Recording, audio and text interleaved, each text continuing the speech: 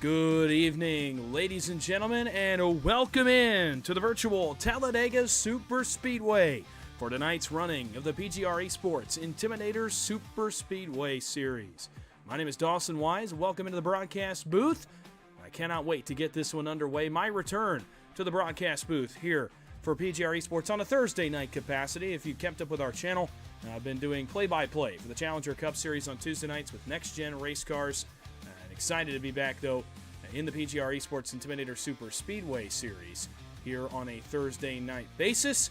And as such, of course, errors are going to be made, and you're going to see my heads-up display here for just a moment because I've got to make a quick change and get this pesky logo out of the way. It'll look a little bit prettier for you on your end. Happy to be here tonight on a Thursday night. It is a beautiful Thursday night at virtual Talladega Superspeedway, and we're ready to bring you another edition of PGR action tonight.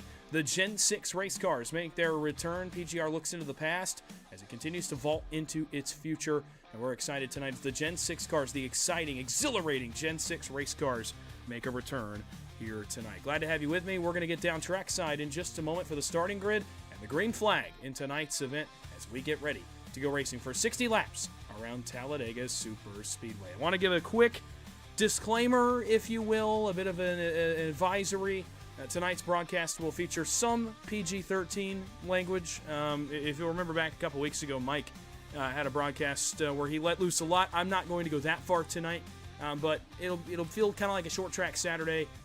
Trying to get out of my element just a little bit, have some fun, relax tonight. There will be just a tiny bit, but again, you know me, it's kind of hard for me to do that. So it will be mostly my normal content, but I did want to give that advisory just in case for those that are watching tonight's race. It's time to get on the grid for the start of tonight's event. Let's get these pesky logos out of the way and get down to business from Talladega Superspeedway. It's the Intimidator Superspeedway Series, and it's back for a stop at Talladega Superspeedway with the Gen-6 race cars. On the pole, with a time of 52.189 seconds, it's the 89, the driver for the Jack Shack and one of the co-broadcasters for the VRX Light Series on Monday nights.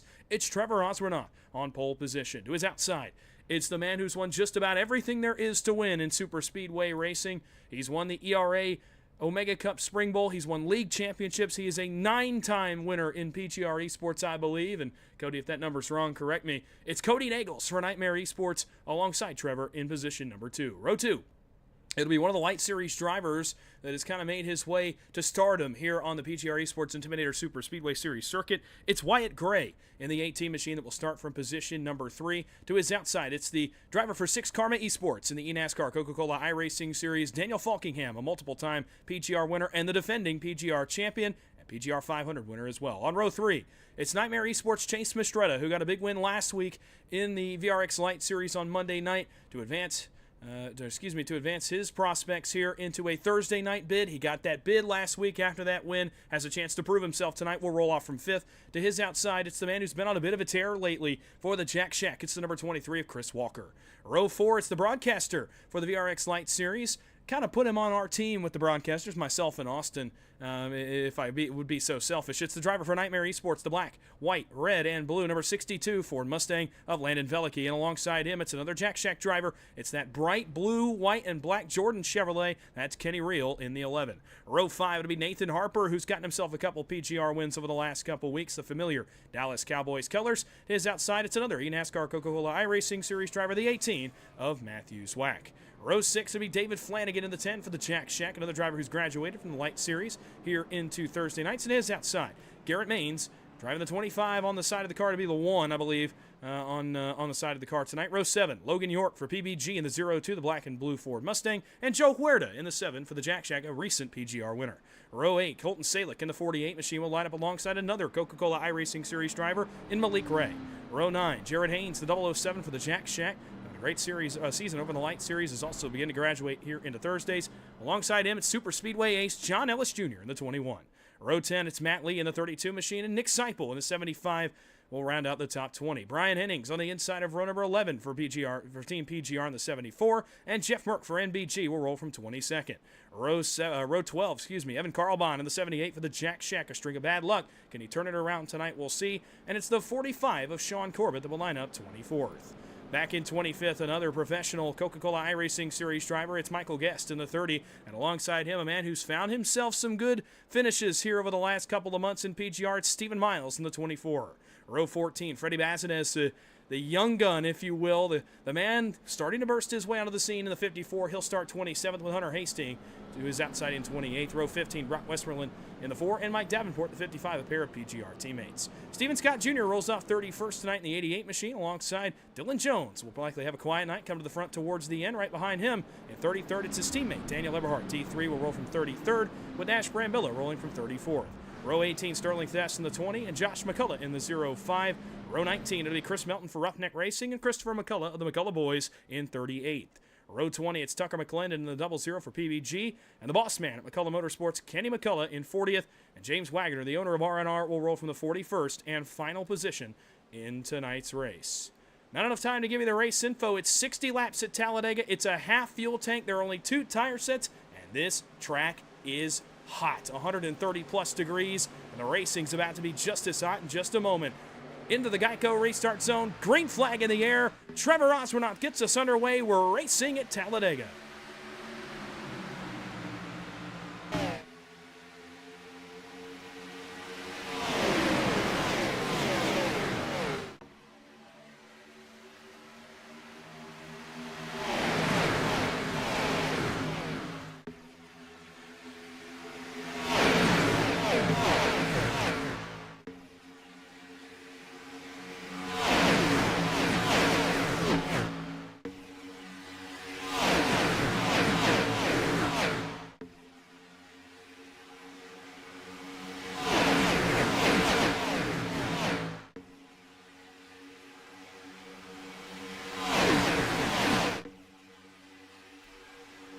Coming down a complete lap one, a familiar combo here, 1-2 on the outside. It's the former teammates Cody Nagels and Daniel Falkingham with Chris Walker in line third. But on the inside, it's a big charge that will force that outside to come down and side draft. It's the Jack Shack driver, Kenny Reel, going to the lead with his teammate. Trevor Osbornoff, trouble behind them. A couple cars got sideways. Could not tell who the first one was. Trying to make my way back there, and the first caution flag comes out quickly on lap number 2. I thought for a second it was the one of Joe Huerta, and it is the driver for Jack Shack Racing, and he'll be the one that's the first one I saw get around towards the tail end of the field to bring out caution flag number 1. We'll go take a look at it here in just a second as Joe gets rolling. Not a ton of obvious damage to that number 1 machine, but let's go back, take a couple looks at what happened to him, and that logo is not how it's supposed to be, but regardless, we'll get that fixed a little bit later on in the broadcast. And Joe running about 10 rows deep in the field, actually really only running about 5 rows deep in the field, and I did not really see what set this off. I just saw Joe get a little bit sideways. He goes down, looks like, can't tell for the life of me who gets inside of him there. Again, I think it's Malik Ray getting inside of Huerta alongside Harper. They are 3 wide, and right here Joe Huerta's kind of in no man's land. He doesn't really have a push, and then his help even goes down a lane in front of Matthew Zwack. Is that where this is going to trigger? Yes, it is. It's Matthew Zwack that gets the first little bit of contact in this. Joe Huerta is going to get collected. There's another car involved as well. Again, some of these guys are running different numbers on the side of their cars as they are on the timing and scoring because of how this car is. A lot of guys haven't changed their paint scheme. So when we go back live, I'll get you a better idea of exactly who this is. Dylan Jones is somewhat involved in this also as he gets the wall trying to hit the brakes. Oh, man, a couple more cars coming sliding into him. I believe that's Colton Salick that gets a piece of this as well. So worst brunt of this is going to be Dylan Jones and Joe Huerta that for some reason get they get the most of this here. Go back and try to take another look, and I'll kind of, again, go through how Joe Huerta is a little bit helpless here in terms of what he does. So Malik Ray takes a look to the inside to split him 3 wide. As that middle lane up ahead, you see Cody Nagels lead that lane down there. The draft is now in the middle. Joe Huerta was out of it. Malik Ray wanted to get in it and gain a spot. He catches Huerta sleeping, and as Joe Huerta kind of is just running no fault of his own, there's contact behind him that starts with Matthew Zwack. Now, Matthew Zwack was getting a bit of a push from Jeff Merck, so a bit of a point to be made that maybe there's a chain reaction. Huerta gets the most of this. That other car does as well. And again, I'm not positive off timing and scoring who is in that 14.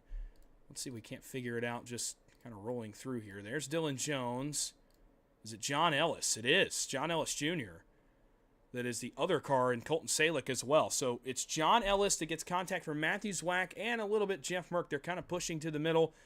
Ellis makes a little bit of a late move down. No checking up at that point in this car.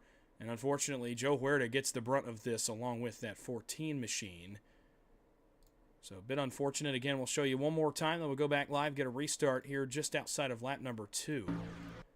So you see Malik Ray's already made that move to the middle. Huerta is kind of hung out just a little bit.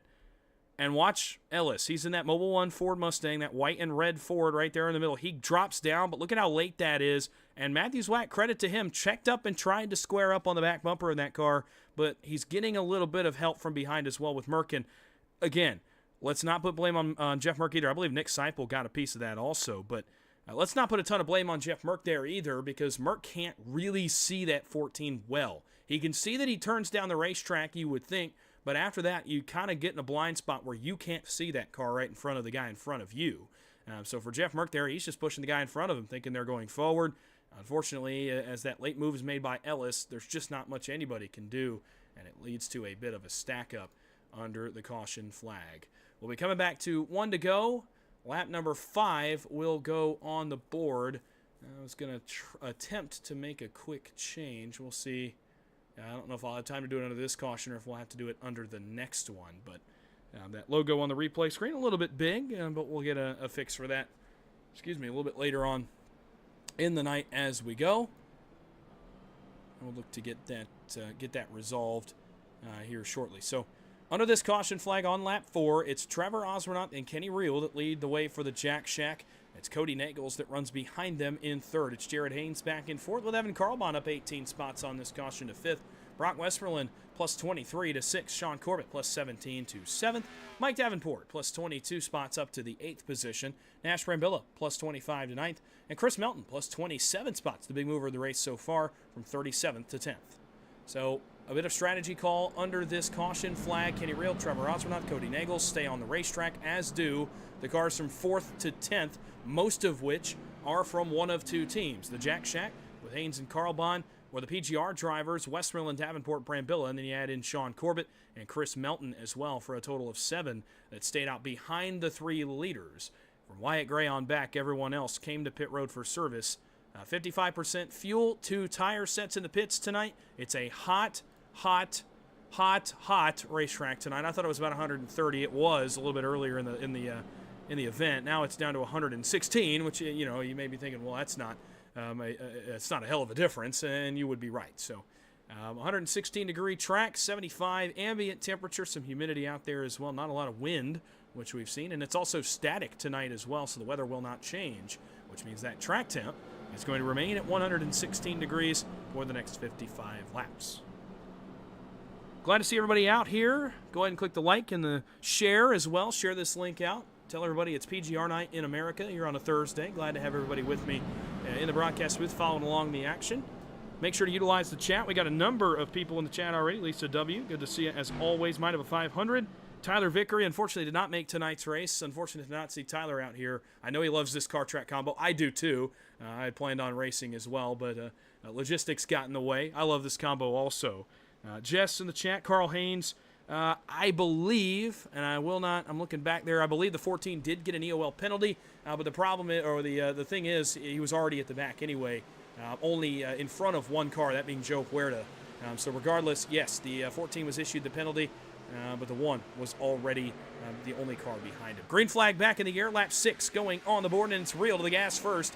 Osmernaut got a bit of a slow start, but is this organized to get 2 guys up in front of him? It is. Kenny Reel will jump to the outside. Nagels will jump to the outside. It's Jack Shack 1, 2, 3, 4. Really 1, 3, 4 in that outside lane. Excuse me. It's 1, 2, 3, 4 almost on the score sheet as Evan Carlbon gets the advantage of that now. In the middle, Daniel Falkingham, that blue and yellow and white number 39 Chevy. He's going to have some help from behind from Garrett Maines. Trouble back around Brock Westmoreland as they get a little sideways trouble. Around goes the 52 of Melton. 23 of Walker's involved. The 1 of Huerta is involved. And nights come to an end on lap 6. And for Joe Huerta, who just got out of that first wreck, got his car fixed. Unfortunately, that will be the end of his night. He gets another monster hit out of this one. His teammate Chris Walker. And the 52, Chris Melton, was the first car I saw get sideways. And maybe another night for Chris Melton here early as well, as he is crab walking severely. His nose is pointed out at the outfield campers outside the racetrack here in turn 3. And that is not usually a sign for success in this Gen 6 race car. go take another look at it. The 52 of Melton running behind the 4 of Westmoreland and the 55 of Davenport. As always, let's go high above for the first view of this.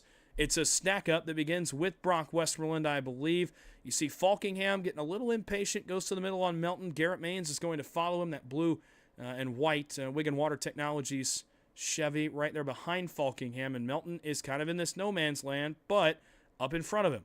Watch the 007, the 4, the 55. Actually, it starts ahead of them with the 89. Jared Haynes is on the brakes. Osronauts is all over the racetrack as they all try to get square in line.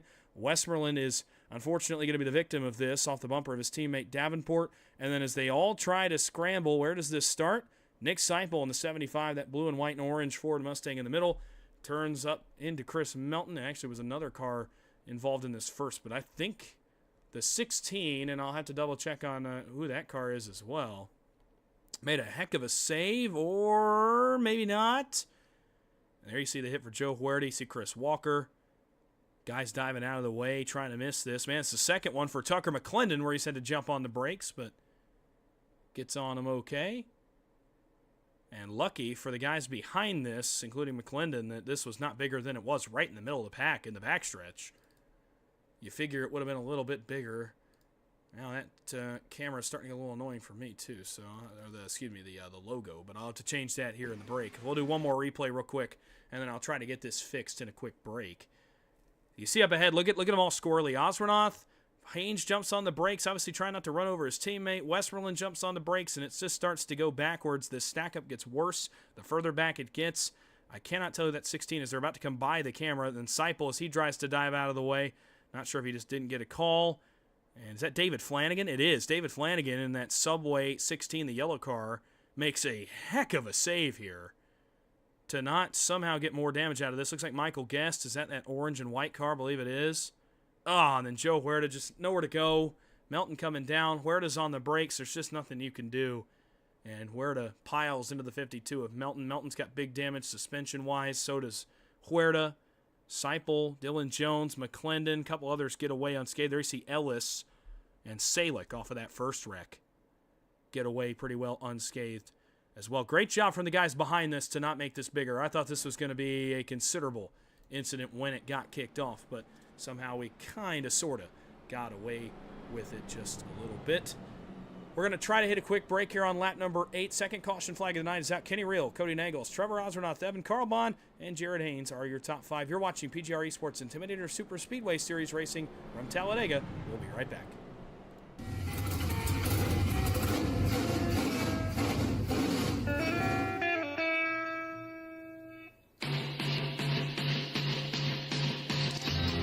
Green flag is in the air. We are racing.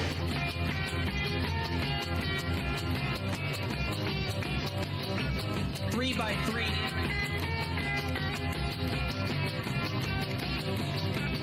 Almost no trouble. Around goes Alex Hill. On into the outside wall goes Hill. They're wrecking big time out back. We're not going to throw a caution.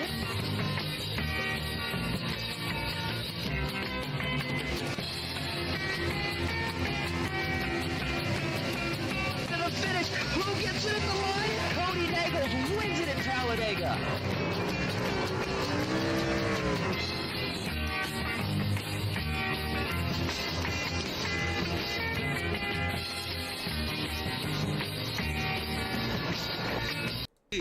Have created our own drink company. The fastest growing sports drink in history. We want pride! We want pride! Ladies and gentlemen, we got paddles. The monkey has pride! This season, we are hydrated. The official sports drink of the UFC. It's time! Oh, that's good.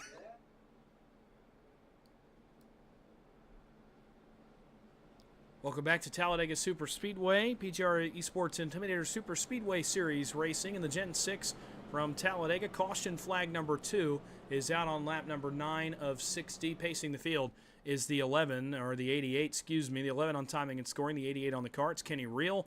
Cody Nagels to his outside will line up second. It's a pair of teammates on row 2 for the Jack Shack. It's Trevor Osronoth and Evan Carlbon. Jared Haynes is 5th. Sean Corbett is 6th. Nash Brambilla is 7th. Chase Mistretta is up to 8th. Orlando Veliky back up to 9th. And Brian Hennings will round out the top 10 for another restart. As so far, a lot of Jack Shack representation here at the front, 4 out of the 5 cars, but some bad luck has befallen the Jack Shack. Chris Walker, Joe Huerta have been involved in an incident. Joe Huerta's been involved in 2, and his night is already, well, I thought it had come to an end. Apparently it is not. Joe Huerta still out here with no front end. He will stay on the racetrack, though, and try to fix it. So, pardon me, I was a little too up front. But we're going to go back under green flag conditions. 51 laps to go.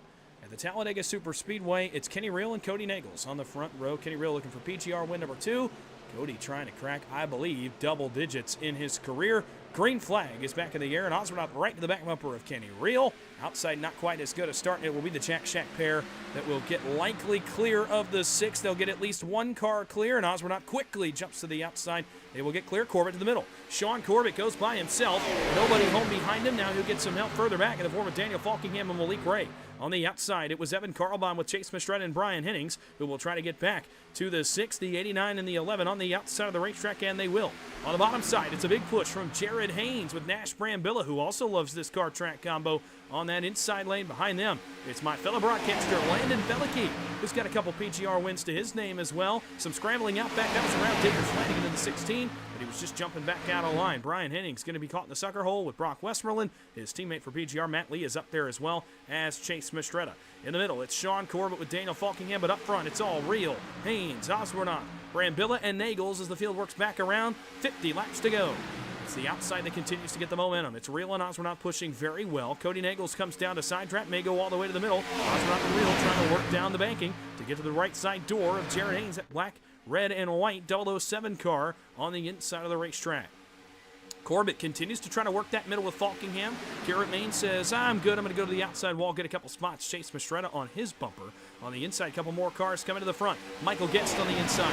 Daniel Eberhardt on the inside. One car off the racetrack, it's Haynes. He was loose. They're going to scramble again back around David Flanagan, who's had a very active last 5 laps. But everybody gets it going. 3 by 3 by 3 by 3 make it 8 rows deep in the field. Now there's a second pack that starts with Kenny McCullough in the 30th position and involves everyone out behind the race leaders, but it's 29 cars in the lead trap with 49 to go. On the outside now, top 5 were clear. Garrett Mains took a look. Nobody home to go with him. Eberhardt, meanwhile, is trying to find the right line to help him out back. He's choosing Sean Corbett, Nathan Harper, and Chris Walker in that middle lane over Real, Haynes, Brambilla, Guest, and Wyatt Gray and Matthew Zwack on the bottom. Mains to the inside. Will he get any help to go with him? He will. That's Logan York in the 0-2. Daniel Falkingham, Daniel Eberhardt also coming to the aid as they try to fight these cars up front. They're working so well together.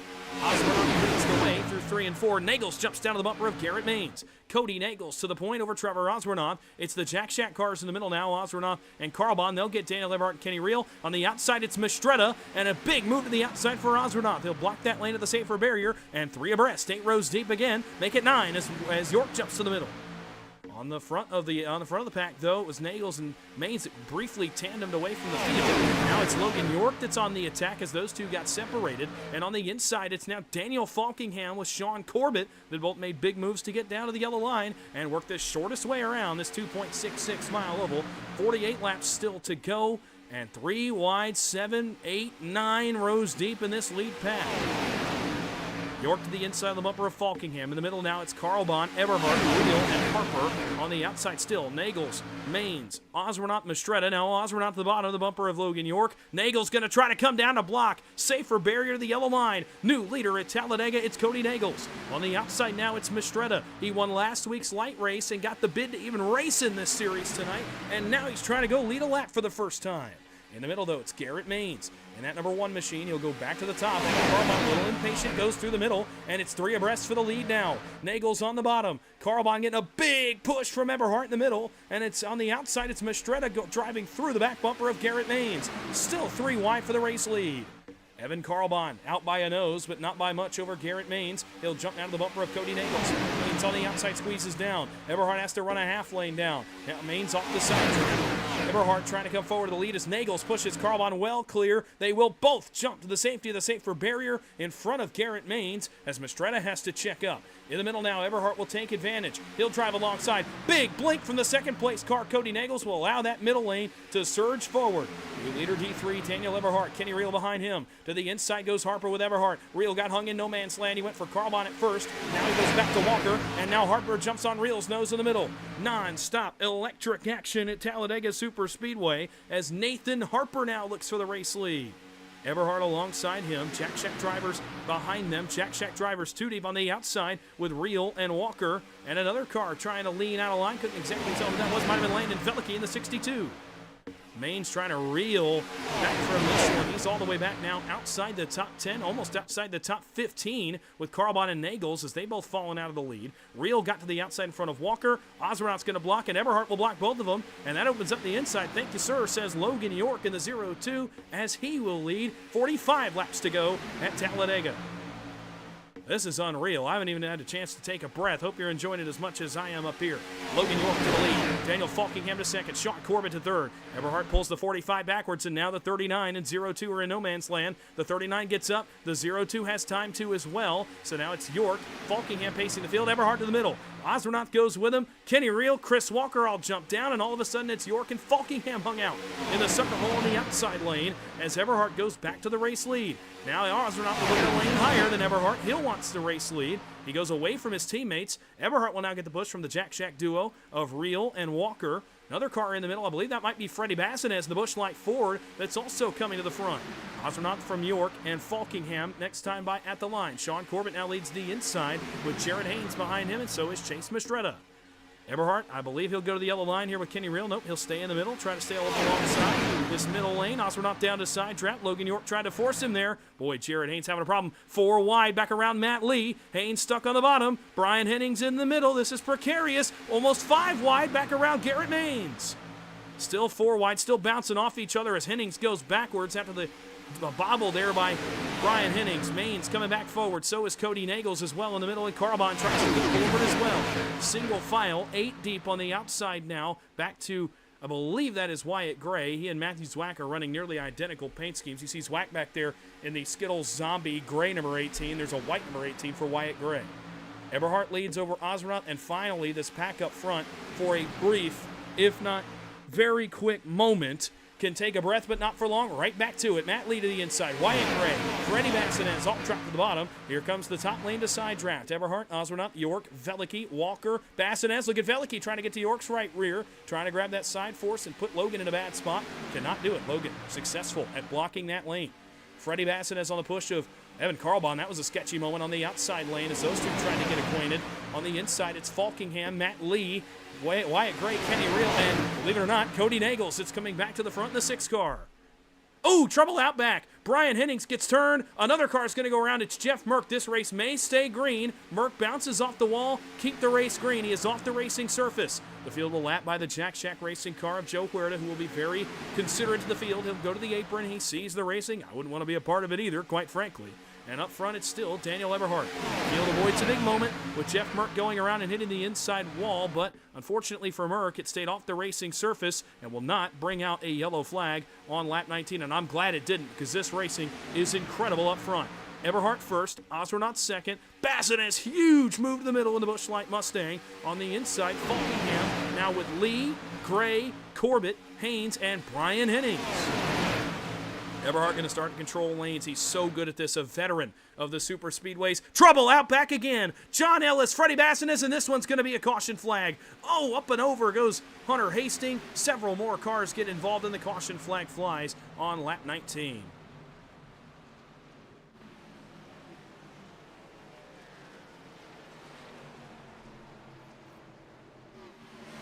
Whew, take a breath. That was fun. Hunter Hastings in the 44 involved. The 14 of John Ellis was involved. I believe Malik Ray may have gotten a piece of this. And that 2 car. Is he crab walking? No. Doesn't appear he is. Let's go back and take a look at what happened, and that logo did not fix, so apologies for that. This started back around John Ellis. Oh, you know, I'm seeing it already, and I'm going to try to get up here to John Ellis. I think...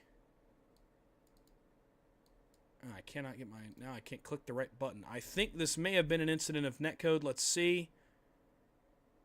Oh, no, there's just straight contact. Kenny Reel half lane up the racetrack into John Ellis, who goes sideways. And look at Ellis and Basson as they're fighting the steering wheels, trying to keep this from becoming a caution. But Ellis gets turned all the way around, and that's where this one's going to get ugly. Garrett Maines gets a piece. David Flanagan, not sure. There's Hastings, and oh my goodness, almost up and over. Brock Westmoreland gets a piece. Cody Nagels gets a piece. Malik Ray, apologies, he did not get involved. He got around on the inside, and then, oh man, big hit for, I believe, James Wagner in the Wagner's Welding Ford. That is who that is. That's the 33. Yeah, that is James Wagner. I'm used to being the 30. So again, another incident that started about 5 rows off the lead that somehow only involves about 4 cars. And John Ellis gets the brunt of another one. It's a tough night for John Ellis. He got involved in the first caution. That was right behind the second caution. Now he's involved in the third caution. Now, no big damage on that car, but regardless, he is getting a piece of this, so he'll have to come back down. He'll have to fix some more damage, and it's another incident. Really, it's not super his fault. I know the first one got placed on him, but the first one, bit of a bang-bang racing deal. You see Reel in the middle come up a lane. Look at how far up he is compared to Bassinez in front of him. Ellis gets turned sideways, and this was almost, and I almost called it this, it was almost an incredible save, but Reel's getting hit from behind by Nagels as he's trying to jump on the brakes, and it's just too much to give. Ellis goes sideways, and we almost avoided a big wreck, but then Hastings, man, I thought he was going up and over right there. Kind of ping-pongs into Cody Nagels while he's up on his 2 wheels. And then, oh, here comes James Wagner. He picked a lane. Unfortunately, it does not pan out for him. He gets into this as well as Brock Westmoreland. We'll go to one more angle here, and we will go back under the green flag. Let's see what we can see here. There's a couple of these angles that I would like to use. This fan cam's just a little bit too far away, so I'll have to use a different one. Boy, I'm not finding good ones in any of these, am I? So, let's see. Let's try this one here. See what this one gives us here in turn 4. Yeah, here we go. So watch Bassinez and Walker and Veliky in front of Kenny Reel, and then watch how far up Kenny Reel drifts. And again, this could be for any number of reasons. He could be getting, he's getting a push. I did not see that the first time. And there is a little bit of netcode there as well with with the 88, the 14. So Reel is actually getting a push from Cody Nagels as Reel is likely lifting there to try to get on the bumper of Bassinez. Cody Nagels, nothing he did egregiously wrong, just pushing through Kenny Reel, knocks him up the racetrack and into John Ellis, who then goes sideways, tried to save it, no dice, and then gets hit by Hunter Hastings, Brock Westmoreland, and here comes James Wagner. And again, this is another good job by some of the guys around the incident, Brambilla, Ray, Guest, Nagels, Bassinez, a couple of others that were around it, and the guys behind it, McClendon, Seipels, Zwack, guys, Melton back there, Harper, that were behind the incident to get woed up and not make this bigger than it should have been. I thought this would have been 5 to 10 cars. It ends up only involving about 4, and we get away with another one at Talladega. Now, that will not happen all night. We will not get away with them all night, but so far tonight we've gotten away with a couple that I think were big incidents. And Jeff Merckx even, I thought should have been a little bit bigger than it was as well. Maybe 6 months ago it is a bigger incident, but these guys have kind of shored things up just a little bit in all promotions over the past few weeks. We avoid yet another one. We're getting ready to go back under green flag racing, so take a deep breath. I'm going to take a drink as well here in a second because we may not get another chance to for a while. If you watch that last run from lap 9 to lap 20, it was pretty much no breath. It was pretty much no time to think, no time to react. It was nonstop. So assuming that will happen again, Logan York, Daniel Falkingham on row 1, Daniel Eberhardt, Trevor Osronoth on row 2, Chris Walker and Matt Lee, who's made his way up to 6th, are on row 3. Then it's Wyatt Gray on the inside of row 4 with Sean Corbett. And on row 5, it's Freddie Bassinez and Chase Mastretta in the 8 machine. Getting ready to go back green. It'll be 38 laps to go. We have not yet seen green flag pit stops, 55% fuel. Mandates there will be at least one now in this race, but we get a caution about lap 35 or 40. We may be pressing the issue on whether or not they will have to pit. Want to thank everybody in the chat once again before we go green, because I may not get another chance to for a little bit here if we go green again. The ones that are in the chat. Infinite Frost, Suni, Kevin Nagels, cheering for Cody Nagels, of course. Danelda Adams, I appreciate the kind words. That was not easy. I have not done a super speedway race in a few weeks, so to get back in here and do this one, it's been a bit of a challenge, especially with these guys racing like they are, but it's been fun. Carl Haynes as well. Appreciate it. And Are We That Dumb, who was in my Challenger Cup Series chat the other night watching the Charlotte race. You'll know how good that race was. Go back and check out the video of that one. That was one of my favorite races I've called in a long time. Tonight, starting to get up there as well, though. Daniel Falkingham, Logan York going to bring us back into the Geico restart zone. Green flag is in the air. Away we go once again from Talladega.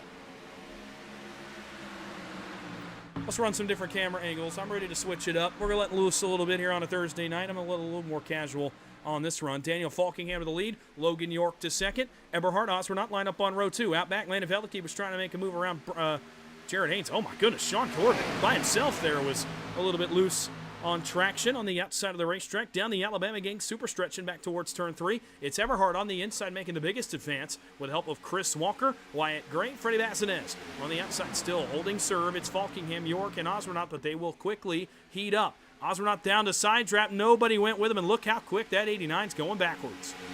Trevor Osmernaut led a number of laps to start this race. Started on the pole position as well, but unfortunately now is going to go way backwards. Outside the top 10, outside the top 15, maybe outside the top 20 or even 25 by the time all is said and done at the line.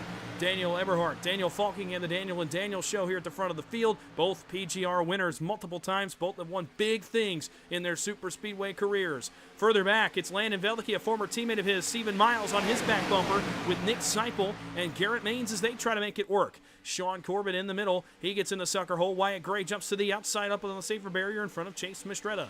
Up front, still Falkingham and York on the inside, still Eberhard and Walker, but they are separated. Eberhard, quick move to Matt Lee, and Matt Lee gave him a lot of grace right there in the 0-4. Could have very easily forced the issue. If it was 20 laps from now, he probably would have, but he does not right now. On the inside, Chris Walker in the 23 will power to the lead in that purple and blue Chevrolet, the brand new Jack Shack colors aboard that car. He'll try to go to the outside of Falkingham. Daniel says no. York gets in the back of him. Eberhard gets in the back of York. They're scrambling up front, but they all keep it straight and keep it green. Boy, that was a big moment. Now Falkingham, oh man, Chris Walker returns the favor, says, hey, you did it to me. I'm going to do it right back to you. Walker goes to the lead. Big push to Freddie Bassinez as he threw an aggressive block. Eberhard around Haynes, trouble in the back. Nick Seipel gets sideways. Zwack trying to miss it. They all scramble once again, and once again they keep it straight. Up front, Freddie Bassinez continues to lead, and I got to go back to cameras where I can see more because there's a lot happening again. Bassinez on the push of Walker, Eberhard in the middle with Mulder. Ray is at the front for the first time tonight, and on the inside, Stephen Miles has made his first appearance with a push from Jared Haynes. Kenny Reel in the middle as well with Landon Velicki, Trevor Osmernaut, Chase Mistretta, and Tucker McClendon, who's in the front draft for one of the first times tonight. 5 laps from halfway. It's all Freddie Bassinez, and this kid continues to impress every single week, whether it's Monday, Tuesday, Wednesday, Thursday, any day of the week. Freddie Bassinez can go to victory lane and did so again last night. In the Roughneck Racing Money Madness Series with Mike on the call, Freddie got another big win in his blossoming career here in Money Racing. He's on the push of Chris Walker now. Eberhard back to the point with Daniel Falkingham behind him. The two Daniels continue to work well. On the inside now the advance is Matt Lee to the 0-4 on the side of the car, the 32. And your timing is scoring trouble. Around goes Sean Corbett right in the middle of the field. And the caution flag will come back out as Corbett noses into the outside wall and comes to a stop. Or does he? Kenny McCullough diving out of the way. And folks, again, I think we got away with one here. 5 laps short of the halfway mark. As this time it was Sean Corbett that I thought was going to get hammered by a car behind him right here. And again, everybody shows great restraint and reaction to not hit him. And in fact, Corbett just went for what looks to be a single car spin. I don't see any noticeable visual damage on that car. Maybe some left rear damage now that I look at it from this angle, but the spoiler is straight. The splitter on the front is straight. He should be able to fix that thing with about 25 seconds of damage, come right back out. And he got very lucky if that's the case. Look at how many cars are behind him right here. Zwack, Seipel, Mistretta, McClendon, Davenport, and there's one other car there that's kind of shielded. That's the 05 Josh McCullough that was shielded a bit by the 55. Let's see what happened here to Sean Corbett. Going into the corner. Does he try to get a hold? There is a hold there. I see exactly what he's looking for behind Nash Brambilla in front of Davenport, and he turns down about a second too early, perhaps because that middle was stacking up. You see Logan York, he's going backwards. Oh, man, Logan York, they got really lucky ahead of this. Josh McCullough gets a bit of a piece of this. Does Mastretta as well? Did Chase Mastretta miss that? Well, he got a piece of the wall. Did he keep it off Josh McCullough? I have no idea. Now, Chase Mastretta stayed out of this if that was the case. Let's try to back this up again. And again, kind of show you what I mean here. What Corbett is looking for, and what he's looking for. And we're going to go up top. It's the easiest way I can show you. There's a hole right there. You see the purple and yellow Nash Brambilla machine, the all-black 55 of Mike Davenport. There is a gap, and if Corbett waits about a second longer, maybe a half second, I think it clears. But he doesn't. He drives down trying to take that gap in front of Mike Davenport a little too early. Davenport did everything he could to stay off of him, but there's not much you can do. Josh McCullough gets a little piece of this. Now watch Mastretta. Now maybe did get a piece of Josh McCullough, but it's nothing major. They both brushed the wall. And again, how many times tonight have we gotten away with one? I think we got away with another one right there where it could have been 5 or 6 cars, and it wasn't. Now, you know, Super Speedway logic tells you, as we'll go to one more angle here before we go back under green flag conditions. You know, normal logic at Super Speedways would tell you the more we get away with these, the bigger the late race cautions are going to be, and sometimes that's how the cookie crumbles, but not always. You know, for example, last night's Roughneck Racing race gets a caution late and ends up finishing somewhat clean. There was a wreck on the last lap, but even in that race, they kept getting away with wrecks, and never really had the big incident until the last lap of the race when all bets are off and it's every man for himself. So, tough for Sean Corbett, tough for Mastretta, tough for McCullough, but again, that could have been so much worse for all three of those cars and for the cars around them as well. They're also helped by the fact there's still a second pack that has dropped off the leaders, and quite frankly, I don't blame them, but there's still that second pack that's kind of fallen off the leaders just a little and is just riding, for lack of a better term. They're riding, and it's causing no issues with guys that wreck about 20th place because there's not many cars coming in behind them. Back under live conditions, Trevor Osmanoff, Kenny Reel, Chase Mastretta, Cody Nagels, Evan Carlbon are the top 5. And I have been informed in the chat there were some speeding penalties on the pit road. Let's take a look at who that could have been. In terms of cars towards the back, I see Wyatt Gray, I see Garrett Maines, I see Chris Walker. Logan York, 25th. Nathan Harper, 24th. Malik Ray, 21st. Matt Lee, 20th. Daniel Falkenham, 18th. So maybe a number of penalties here on pit road that have shaken the running order just a little towards the front of the field and will present a new challenge for those guys, especially, you know, look at Daniel Falkingham. He's been up front all night. Logan York has been up front for most of the night. So is Garrett Maines. So is Chris Walker. You know, I look at guys back there, and those are guys that have been out front and not really had to come forward, or at least did it earlier. You know, did it in the opening 5 laps and have kind of stayed up front, which is key in this car, is knowing when to block runs and how to stay in front of the field. Now they're going to have to attack once again with 31 laps to go. So not like it's a 2 laps to go race start, but again, only half the race remaining. Still a green flag pit stop in play, although a lot of guys saving here. If we get one more caution, we're going to be very close to that number. So would not anticipate a number of new penalties, or no, excuse me, I just read the penalties in chat again. I would not anticipate a green flag pit stop here. I imagine we'll get a caution inside the window, the way this racing has been so far. And a green flag pit stop will likely be out the window. But for now, the thoughts in the back of your mind that you will have to make a green flag pit stop. Guys were practicing them earlier, getting on pit road on a hot track with tires that are worn out, trying to get down to speed, get off pit road okay, get in your pit box, and also optimize the time you spend on pit road. It's so razor thin in money racing these days. You have to be the fastest on and off with execution. The guys are practicing it earlier. Up front again, Osmanoff and Reel, the teammates on the front row. It's a couple more former teammates on the second row. Chase Mastretta in the 8 and Cody Nagels in the 6. Row 3, Evan Carlbon, the Bark Chevrolet, and Daniel Eberhardt, who's led a number of laps tonight. The Phenom, Freddie Bassinez on row 4 with Stephen Miles in the 24 and the Exalta paint back to the 24. And Michael Guest, Landon Velige on row 5. Getting ready to go back under green flag conditions. Let's give this another try. Base car, will dive to pit road. And leave the field in the hands of the Jack Shack's Trevor Ross. We're not the 3-time PGR winner, looking for race win number 4. Kenny Reel looking for win number 2. Chase Mastretta would be the story of the week if he could go to victory lane.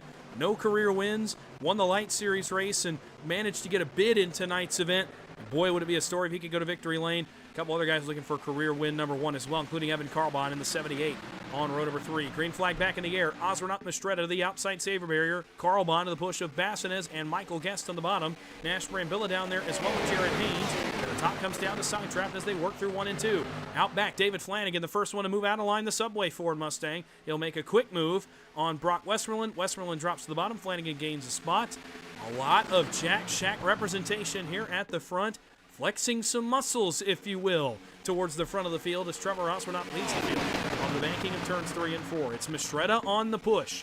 In the 8 machine, they look wiser. Red and white, the so familiar number 8 machine for Mastretta. But on the inside, here comes the push. Mastretta gets a little aggressive with it on Osronat, and Carbon will benefit. He'll go to the lead. Ooh, quick move to the outside. I probably would have waited, but Bassinez blinks, and the inside line's going to disconnect for a moment because that blink from the 4 on the inside. It doesn't stop their momentum, though. Bassinez to the lead. Guest to second. Brambilla to third. Haynes to fourth. And Westmoreland in the middle as Carbon tries to save that car. The bumper's teammate trouble. Out back, there's a car in the outside wall. I could not tell which car it was, but it looked like it might have been Jeff Merck.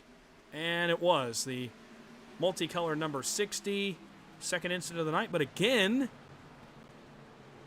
probably for the 4th out of 5 times, we avoid disaster, and there's no visible damage aboard the 60. We'll see if there's damage on other cars here in a moment, but for Jeff Merck, seems like things stayed somewhat clean. I saw him get sideways, maybe tap the wall. It appeared to be most of what happened. Oh, my goodness. Well, and it's a situation where you might be asking, like, why is the broadcaster laughing? Well, you're going to see why. So they're 4 wide here. Merck goes to the 3rd lane. Flanagan and Eberhard are kind of in no man's land. So is Malik Ray. And Logan York says, anything you can do, I can do better, and forces a 5th lane and ping-pongs back and forth. He hits Merck, then he hits Falkingham. Falkingham comes off the wall. He hits York. And then they're 5 wide with Matt Lee. York is still bouncing off cars. And is it about of netcode? Nope, it's just not a lot of space for a lot of race cars, and Merck drifts across the nose of York and gets Matt Lee involved as well. The 02, the 04, the 60, and the 39 involved in this one. Now, no major damage on any of these race cars, but Merck certainly gets the brunt, gets the outside wall, gets hit by the 04. And again, it's kind of like, I talked about earlier where that second pack with Kenny McCullough, Chris Walker, John Ellis, Steven Scott, it's Colton Salick. Like, those are guys that have been running at the back all night and have kind of dropped about a second off the field, and that's benefited when we have wrecks that would normally, in a normal Thursday night race where everybody's in the lead draft and there's maybe 5 cars that are behind that, this would be a 10-car pileup because we're 3 wide, 10 rows deep, and there's nowhere to go. In this case, in this car, there's so many guys that have fallen off the back of the field by choice usually, but by choice or otherwise, that doesn't happen, that we don't have as many cars in this lead draft behind where the incident starts, and as such, we've gotten away with it. And as the race goes on and more guys want to race for the win, of course, that's not going to be something that flies. But, at this point in time, right now in the race, look at all those guys back there. Salick, Melton, Ellis, even Seipel's just off this lead draft. Wyatt Gray, like, these are guys that are way off the draft, and that helps because they see this, and they're jumping on the brakes, and they've got time to miss this as it's happening. I mean, right here, if you're in that second pack, I'm on the brakes right about here. They're 5 wide. I know this does not work. At this point, I'm on the brakes. There was a little bit of netcode as well between the 02 and the 60, and also the 02 and the 04. As we watch another angle of this one. May go on board with Tucker McClendon, who's had a nice view of all of these incidents tonight in that Tennessee number 00 Ford Mustang there on the inside. He's had a pretty good view of all of these. But there you see that second group. Look how late they're coming in because of how far back they were and how much time they had to jump on the brakes and take some evasive action. So let's go quickly to an onboard of Tucker McClendon, who was right behind all this mess going on in front of him. And we'll back it way up so I have a chance to get to that camera. You're watching from Tucker McClendon. Watch up in front of him as just chaos ensues. 5 wide. You don't see that often at Talladega.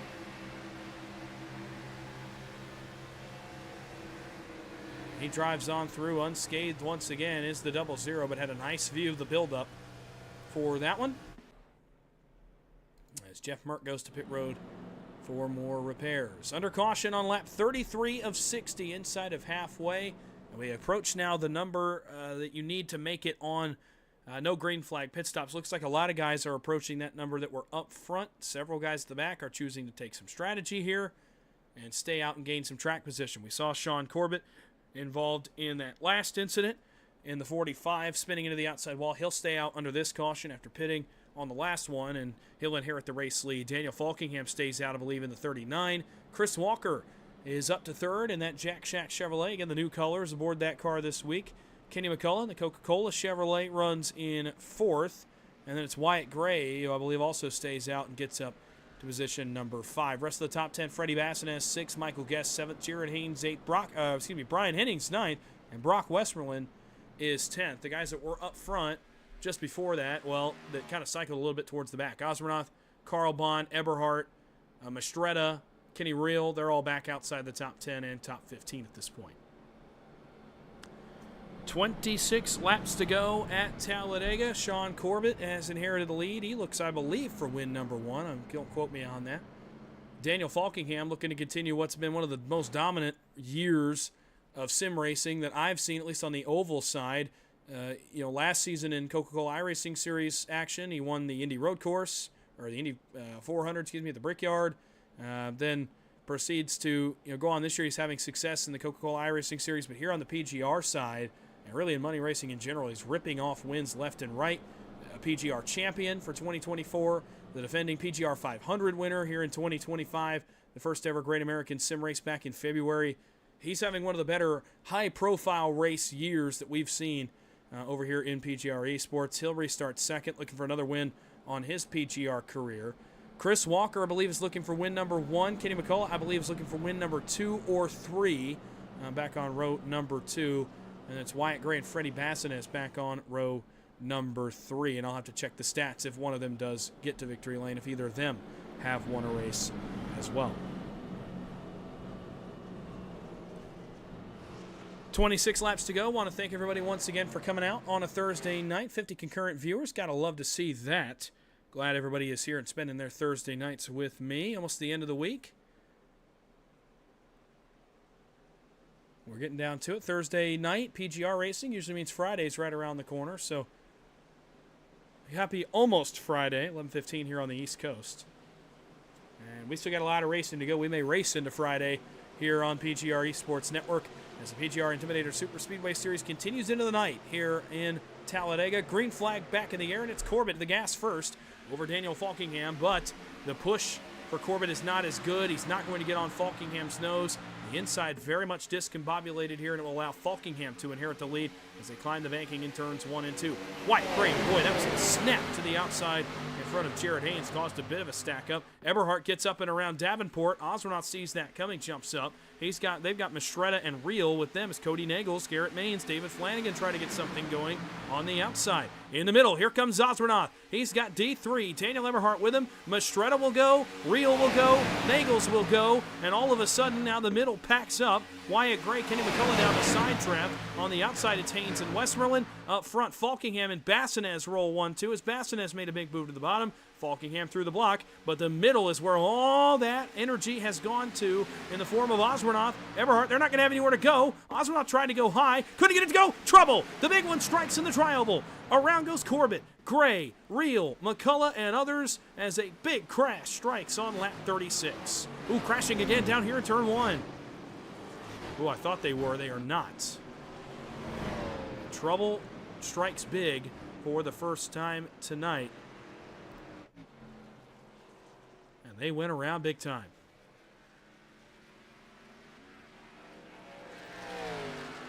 Let's go back and take a look at it. This was all caused, and I'll get to why this is a little bit complicated here in just a second, but this kind of starts, the energy in the middle lane was huge. The run for Osmernoth, Eberhardt, Reel, Nagels, and Maines, they were hooked up. And Bassines and Falkingham make a late-ish move to the wall. Now, You know, the problem is, as Osmernoth goes to move to the wall, which I think is the move that he should make. Look at this. The 39-4 are still down. They're still down. They're still down. Now they're coming up. And Osmernoth is going considerably faster than those cars. He just tries to evade. And actually, it's an offset push as well. He tries to evade the 4. It doesn't work. He gets split 4 wide because now Kenny McCullough's got to run. And Kenny tries to go as high as he can. And on the inside, there's actually another incident. Osmernoth gets hit by McCullough, who gets the wall. Corbett gets turned from the inside up into real. Gray collects a piece of it. Look at Osmernoth trying to make the save up in front of Cody Nagels. Nathan Harper, oh my goodness. I mean, that's avoidance of the night so far is Nathan Harper in the 22. Look at Tucker McClendon again. I mean, good grief. This is the 6th time now that Tucker McClendon's been right behind the incident. Mert goes high, Melton goes high. So, man, again, we kind of got away with one, and I know you're saying, well, there's damaged cars, but with where this started on the front row, I mean, this should have been 10, 12, 14 race cars. It should have been almost half the field. Instead, it's 4 race cars, and everybody else got around it or woed down. So watch this again. Watch Trevor Osmernoth here. We're going to I'm going to hope this works. So, let's see. So let's look at Trev up in the front. Here you see Trevor. Does this pull up? No, it does not. I was going to hope that it would pull up the speed, but it's not. But, I mean, watch how fast. So look how far out Daniel Falkingham and Freddie Bassinez are here. And Osmernoth is coming with a huge run. I mean, you can visibly see, you can see it live, how fast these guys were. And I imagine Freddie Bassinez here is on the radio keyed up telling Daniel Falkingham, hey, get up, get up, get up. They're coming.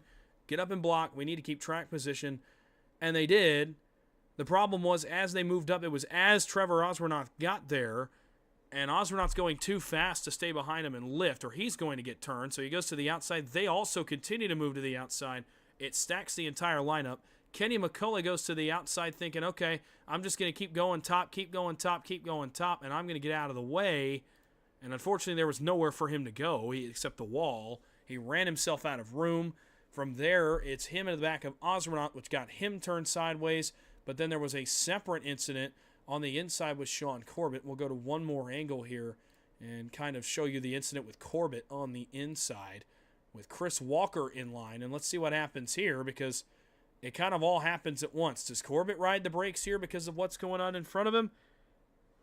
Let's see. Or does Walker get a little offset and just push him poorly here through the middle of the tri-oval? It's a little bit of a bad push, but it was square.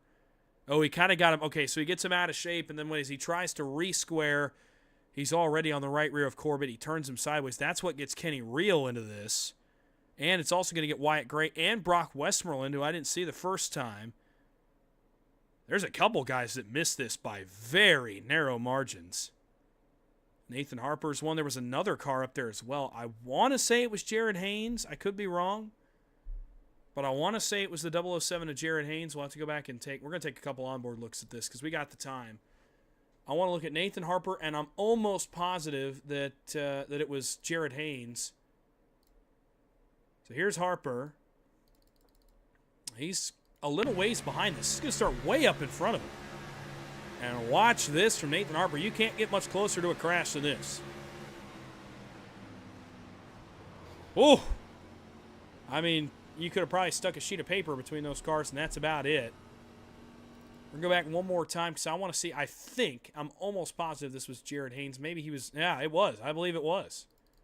Because he's right behind this when it starts. Let's see Jared Haynes' perspective in the 007.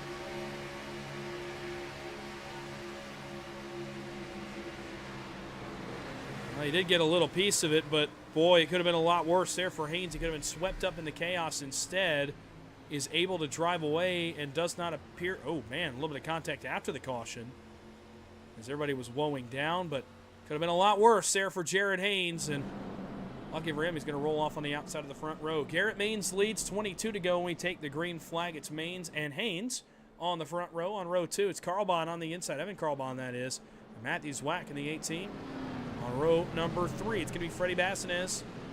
Stays up front despite all that carnage around him, along with John Ellis on the outside. John Ellis night turning into something positive. Row 4, Michael Guest, Trevor Osmernoth. Row 5, welcome to the top 10, David Flanagan. And Cody Nagels in the 6 machine. Just outside the top 10, there's Malik Ray. He's always dangerous. In this car especially, another guy that knows how to get around here in this race car. Brian Hennings, Stephen Miles, Chase Mastretta, Landon Velige, Dylan Jones, and Nathan Harper. A lot of guys outside the top 10 as well. They're going to have a say in this one, I would think. 22 laps to go at Talladega Superspeedway. Green flag is back in the air, and away they go towards turn 1.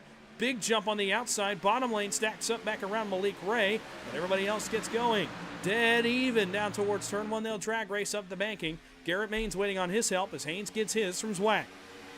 Up the banking they go. Maines by a nose, Maines by a car length. Maines will get clear, but so will Evan Carlbon. He's going to have to make a move to the outside. Osmonaut, big move around John Ellis. Cody Nagels trying to go with him. He's got Landon Veliche up there as well. There's another car back there also on that outside lane. Couldn't tell exactly who that was. As Garrett Maines gets to the top in front of Carlbon, Bassines says thank you very much and goes all the way to the point. Freddie Bassines to the race lead with Michael Guest. And David Flanagan shot out of a cannon on this restart. Guest to the top. He'll take Bassines with him. It's now Flanagan on the push from Miles, Jones, and Matthew Zwack on the bottom. Zwack lost 5, 6, make it 7 spots on this restart. Jockeying back around Nathan Harper as Bassines leads back to the line. 21 laps to go, and it's wide open once again. Back in the middle, it's Chase Mastretta trying to get the middle going. I thought it was Chase Mastretta. It was for a moment. Now it's John Ellis hung in the middle. Eberhardt in the middle now with Malik Ray. On the inside, vying for the lead, it's the Subway Ford Mustang of David Flanagan alongside Freddie Bassines. Trouble out back, one car around. It's Wagoner, but he'll spin to the apron. No caution. Green flag stays in the air, and it's still Bassines and Guest, but they're running out of steam. They don't have help yet from Garrett Maines, and on the inside, it's Flanagan that pokes his nose out to the lead with Stephen Miles on the outside. A couple cars coming to the front. It's Jared Haynes trying to rebound. Nick Seipel, Nathan Harper, Chris McCullough, Logan York up there as well as Chris Melton. Now Bassines, Guest, Maines, Carlbon jump out there. Garrett Maines with a huge block on Cody Nagels. That was as late as it gets, but it's going to get him all the way to the lead. New leader with 20 to go. It's Garrett Maines in the Wigan Water Technologies Toyota Camry.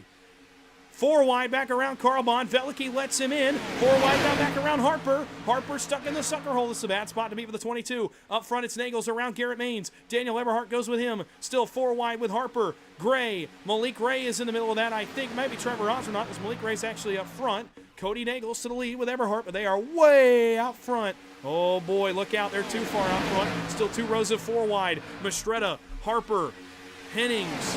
Chris McCullough's in the middle of that. Wyatt Gray, Trevor Osmonaut, Brock Westmoreland. Westmoreland's going to get turned. Can he make the save? He can. Huge save by Brock Westmoreland. Still 4 wide. Chase Mastretta, Wyatt Gray, Logan York, and Trevor Osmonaut. They'll get it sorted out as the field works back to the tri-oval. Nagels to the middle now all the way to the wall. Blocks Eberhardt. Eberhardt cuts back to the middle. Big move by Daniel Eberhardt in the bumper of Freddie Bassines. Cody Nagels, Garrett Maines now in the sucker hole. And cars looking to the outside. It's Chris McCullough and Jared Haynes that look 4 wide. Melton, Mastretta, Kenny Reel are all there as Eberhardt leads back to the Alabama Gang Super Stretch. It's Eberhardt on the bumper of Bassines. Malik Ray has poked his nose through and is now third. Bassines blinks. That's going to allow the bottom lane to get some momentum. Harper goes to the top. Nagels to the middle. Blocked by Malik Ray all the way to the yellow line. Oh, Malik Ray gets turned by Nagels as Eberhardt made a block. Bassines makes the save. So does Garrett Maines, and we're still green. Coming back 18 laps to go. Daniel Eberhardt, Malik Ray, Ray to the middle, pushed by Cody Nagels. Almost trouble as Nagels got Ray offset. Eberhardt goes to the apron. They'll be 4 wide here briefly. Eberhardt trying to work his way back up, trying to blend. 4 wide back around Carlbon and Zwack. New leader up front is Garrett Maines. Michael Guest on his back bumper. These two know each other very well. And on the inside, another man they know very well is Malik Ray. But they're crashing big time back around Daniel Eberhardt. Daniel Eberhardt pounds the outside wall. He was up off the ground, and the caution flag is out with 18 to go. Ooh, and no brakes either. And Eberhardt toes right to the pits. His night immediately comes to an end with 18 to go after he was forced off the racetrack. They were 4 wide for that spot back around him, and I just don't think they ever got this sorted out. Let's go take a look at it. Man, take another breath. I'm coughing, so I'm trying to keep up with these guys, but let's see what happened back here around Daniel Eberhardt in the 90. He was 4 wide, and it's going to be being with Ellis, Zwack, and Melton, I think, are the 3 that are going to be 4 wide with Eberhardt. And what starts this? Hennings gets in the back of Eberhardt. That seems to be okay. Is it in front of Eberhardt? It may not even be Daniel Eberhardt that starts this.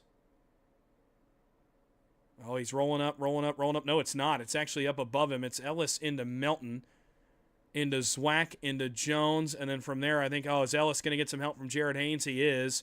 And look at this hit from Daniel Eberhard. I mean, this is square on the fence. Oh, my goodness. All 4 tires off the ground. Logan York is right behind this. Chase Mastretta gets a door bang. Jared Haynes gets a piece. Kenny McCullough trying to come to a stop. He's going to get a piece. Mike Davenport gets by it. Jeff Merck may have sideswiped. Traded some paint with Kenny McCullough, but I think is okay. And I'll tell you what, again, and you've heard me say this a number of times tonight. I'm going to say it again. I think we got away with one. I thought this was going to be a big wreck all the way back here when this happens here off turn number 4. Actually, what in the world? I thought it was a push. I was watching Ray and Nagels. Let's kind of see what happens between the 90 and the 2. Does the 90 come up? Oh, well, no. It was a little bit of a push from the 6 to the 2. That gets Eberhard off the racetrack, and I thought this was going to be the crash right here. I thought Eberhard was either going to hook it back, trying to stay on the racetrack, or trying to blend back up, and guys wouldn't know what to do. We actually kept this straight for a lot longer than I thought we would. Let's actually live time. I did not want to show the time delta, but let's actually show the live time here and watch Eberhard. They're still good. We're still good. We're still good. Now watch the 52 on the outside, that blue and yellow car, and Ellis in the Mobil 1 Ford Mustang in the 3rd and 4th lanes here, this 4 wide. As they go into 1 and 2, do they meet in the middle? Yeah. Melton's coming down. Oh, it's netcode. Holy cow. That's about 6, maybe 3 to 4 feet of netcode between the 14 and the 52, Ellis and Melton. And that's what triggers this chain reaction, which ends up with Eberhard. Oh, man. I mean, all 4 tires off the ground. Blows the front clip off that race car for a moment. Here comes Kenny McCullough. He can't escape this. Neither can John Ellis up ahead. He's spinning against the outside wall.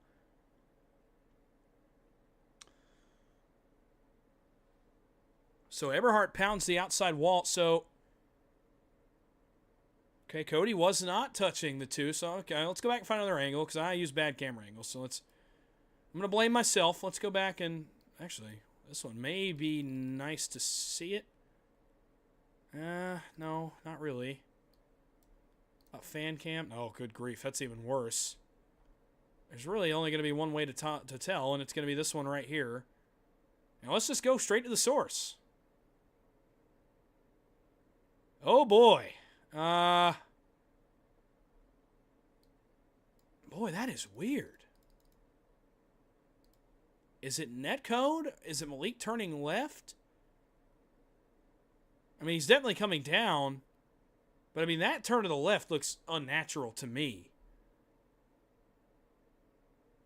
Regardless, and it ends with Eberhard. He goes up here and ends up just obliterating the outside wall here in just a moment. Again, I thought we were going to be okay. And watch Melton up top. Some netcode. And look at this ride for Eberhard. Oh, the engine torpedoed on that car. I wondered why he towed right to pit road. No engine. That typically will do it. And Daniel Eberhard, well, he sits on pit road. I mean, his night is effectively over with no engine in that race car, but it is still sitting on pit road. Let's get ready to go back to green. Michael Guest on the front row with Freddie Bassinez. Michael Guest will have control of the restart. Row 2, Cody Nagels and Nick Seipel at the front for the first time tonight. Row 3, Stephen Miles and Trevor Osborne. Row 4, Chase Mastretta and Nash Brambilla, with row 5 appearing to be Garrett Maines and Malik Ray.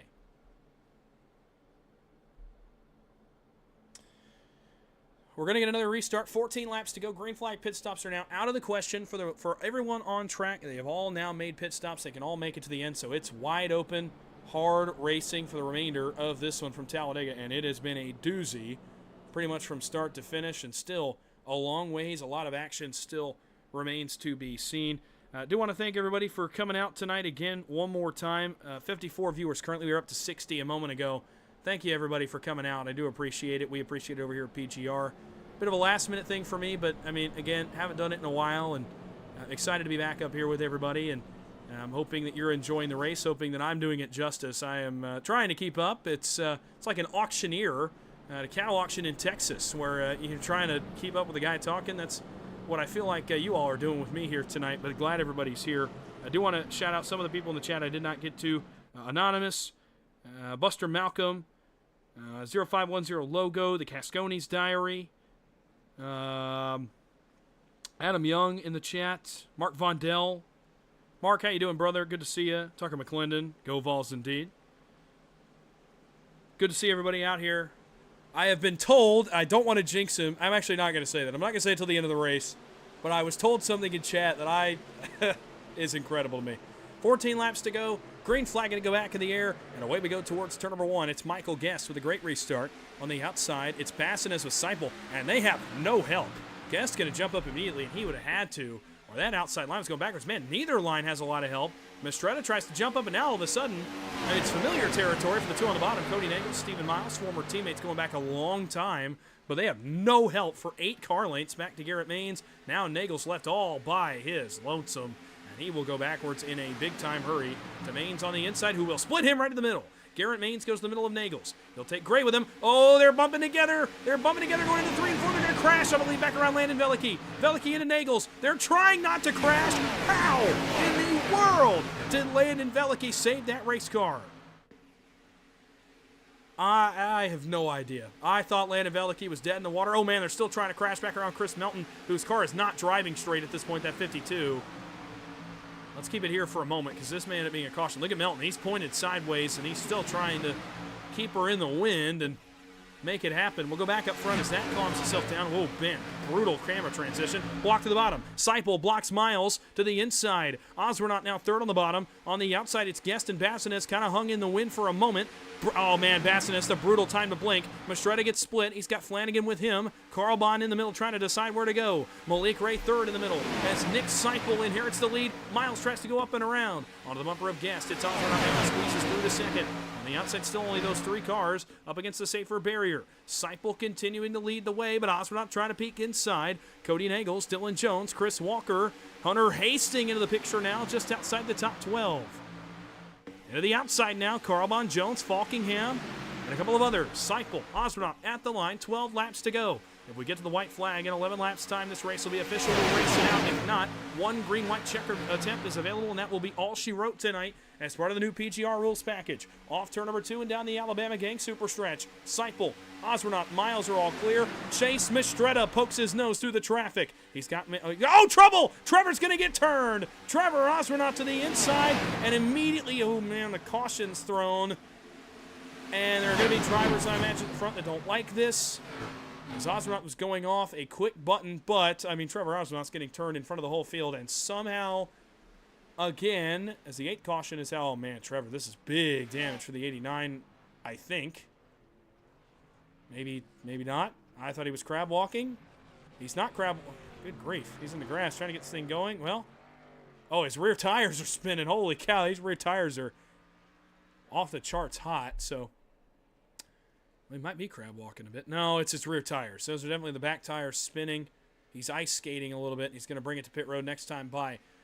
Again, we get away with it where I think this one could have been massive. I thought Trevor was either going to do one of 2 things. I thought he was going to save it, or I thought he was going to hook it back, trying to correct, and just come right across the wake of the field and take out a ton of good race cars. This is not a great camera for what I want to do here. He's going to get a bad push, or does Miles try to go to the middle? Oh, Osborne almost hooks Seipel into the wall. Does Miles try to take a left? Or does he just get a bad push? Oh, that first one's not bad. Oh, and he slides on his bumper, and then he is trying to go to the middle. No, he netcodes him. Netcode between the 89 and the 24, and then Trev. I mean, this could have been 20 cars. And Matthew Zwack gets Wyatt Gray gets some contact from Matthew Zwack. This could have very easily been 15 or 20 cars, and they would have been good cars. This should have been the big one, quite frankly. And somehow, some way, it stays as a 1, 2, maybe a 3-car incident. Let's count it 3. Maybe 4. Let's count it 4. Zwack, Gray, Osborne, Miles that end up fully involved in this one. Osborne obviously gets the worst, but even he doesn't get any damage. Just burns the rear tires off the car. Go to another angle and take another look as Trevor Osbornaut goes for a slide through the grass. Somehow keeps this car off the inside wall. I thought he was destined for that next. Somehow just kind of gets into a lazy spin in the grass and keeps it off of the inside safer barrier and brings it to a stop. And eventually gets it going. And that's when we kind of saw him ice skating in the grass with those rear tires that are completely shredded now. Let's see if we can get one more decent angle of this. That's not really a great one. There's really not a ton of good ones down the backstretch. That one's okay. Experimenting with some camera angles. So you see there's a little bit of an offset push. Miles slides left on the bumper. He's trying to go to the middle, and he kind of netcode hooks the 89 and then actually hooks the 89.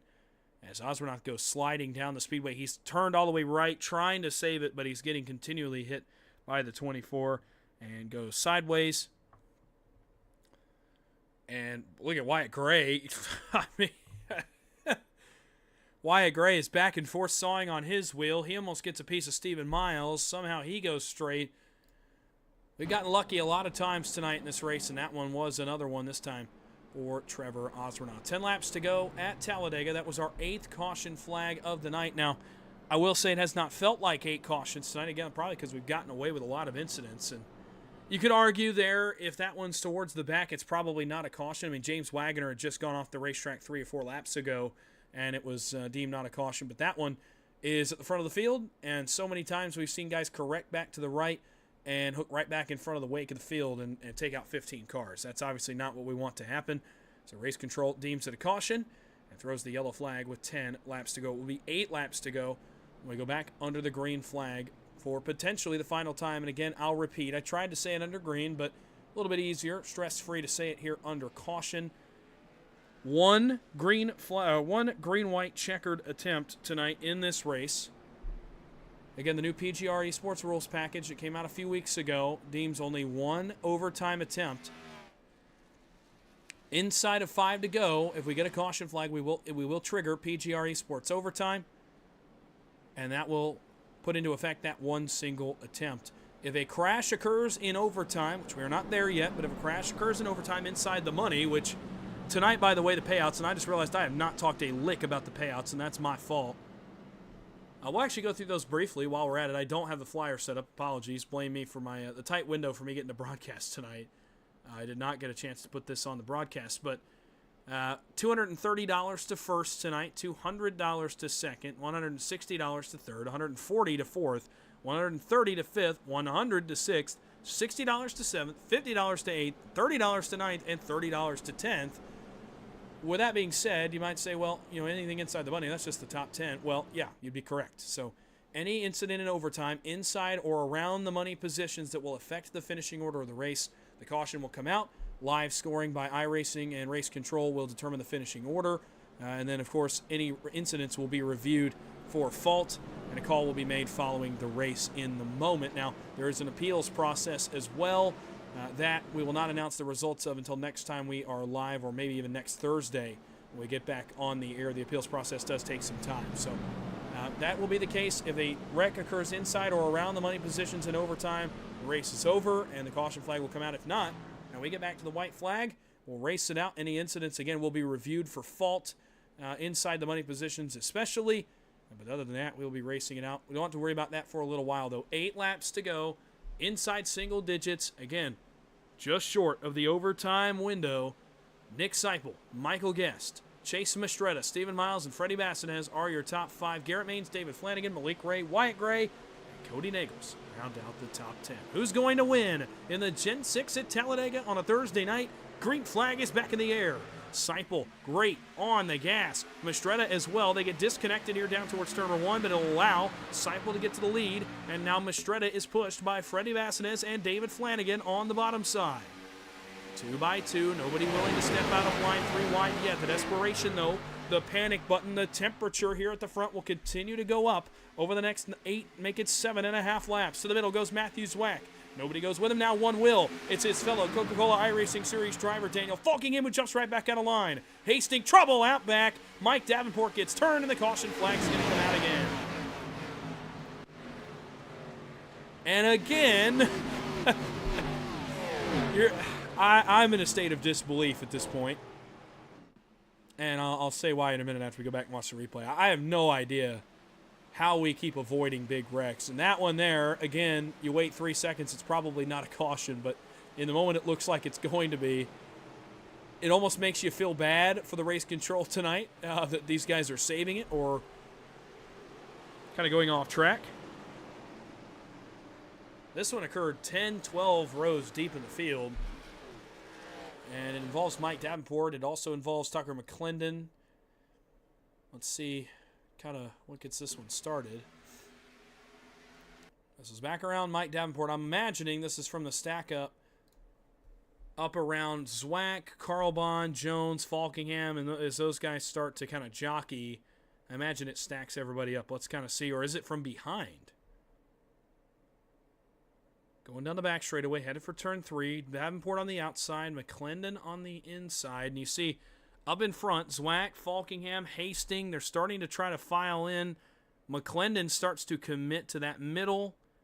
Does Davenport also go, or does McClendon go a little bit too far? Oh, wow, they both step out of line. So they meet in the middle. McClendon goes to the center.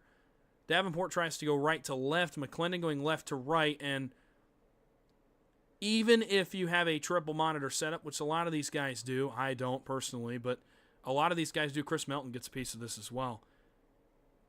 Jeff Merck saves that. I don't know how these guys saved it, first of all. We'll go back and look at that in a second. But if you're not on a triple monitor setup, even if you are, that's kind of a blind spot out your left and right windows respectively. Now you could argue Tucker probably sees the 55, but his move is first. Let's be completely fair. Tucker's move is first. And he is in that position and actually turning back straight by the time Davenport takes a left. But if you're Davenport there, you're looking to your left, maybe you don't see him, you got to call that you're too wide, and that's about all you get. In iRacing, you don't have, and now some of these guys do have live spotters, but typically most guys don't have live spotters. Look at McClendon. He goes, oh, is it a stack up by Davenport? I'll go back and watch that one more time from this angle because I was not paying attention. I was trying to, but regardless, if this is a designated move by Davenport, you're looking to your left, you get a call that, hey, you're too wide. But, unlike guys have live spotters, a lot of the Coca-Cola iRacing Series guys do. But you're not getting a, hey, he's a half car off you. Hey, he's up tight to your door. You don't get that. But what happens here is actually considerably different than what I thought. It's not Davenport going for a spot that's not there. It's actually up in front of Davenport. Daniel Falkingham was jumping back in line in front of Landon Veliky and behind Dylan Jones after he had taken a trip to the middle.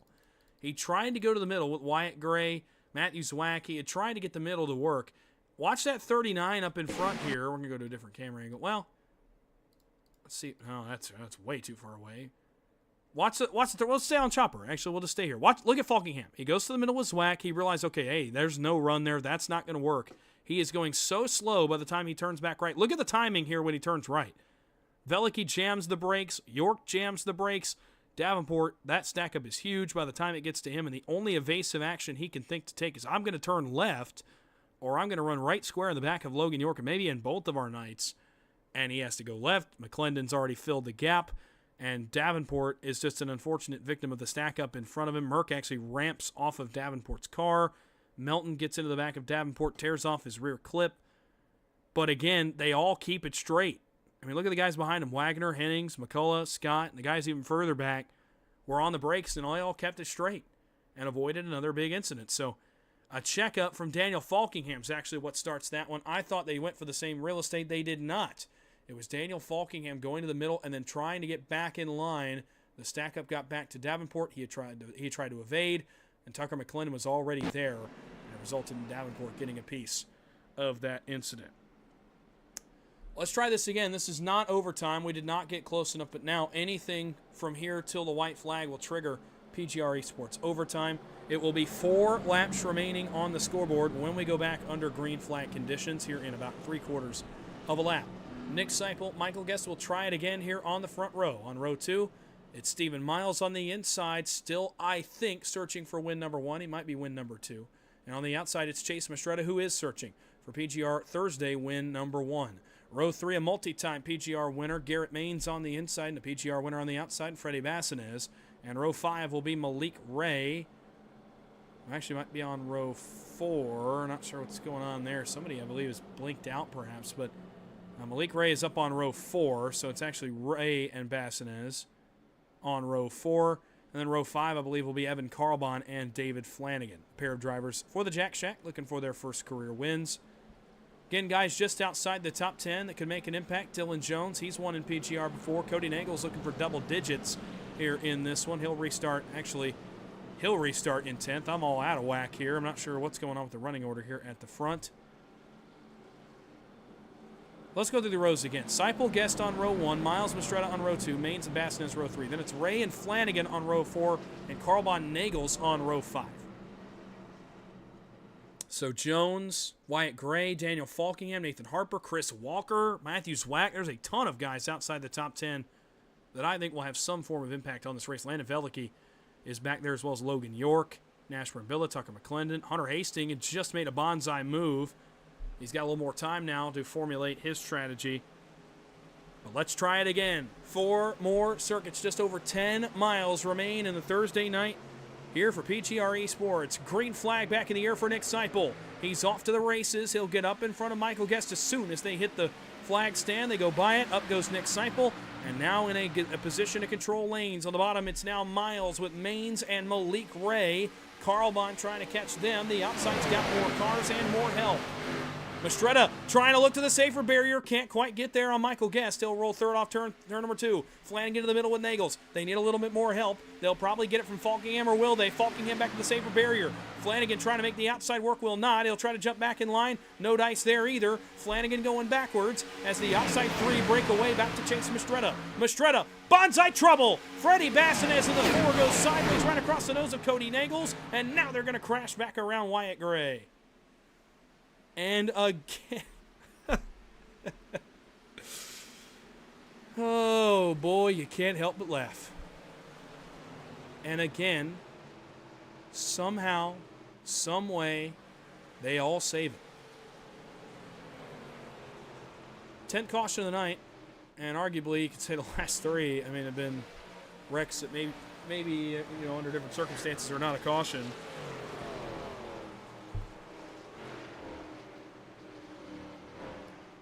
I'm trying to take a drink and save a little bit of voice for this overtime. Well, this one started back around Wyatt Gray and Cody Nagels and Freddie Bassinez. I'm going to tell you why they saved it. I'll give you a little driver's insight here because, I mean, look at, you'd see on this freeze frame. In a real life car, that's not saved. There are ways that you can kind of distort real life in the simulator, which makes sense. It's not real life. I get that. You're not driving a 3,500-pound stock car. But let's try to find a camera angle that's conducive.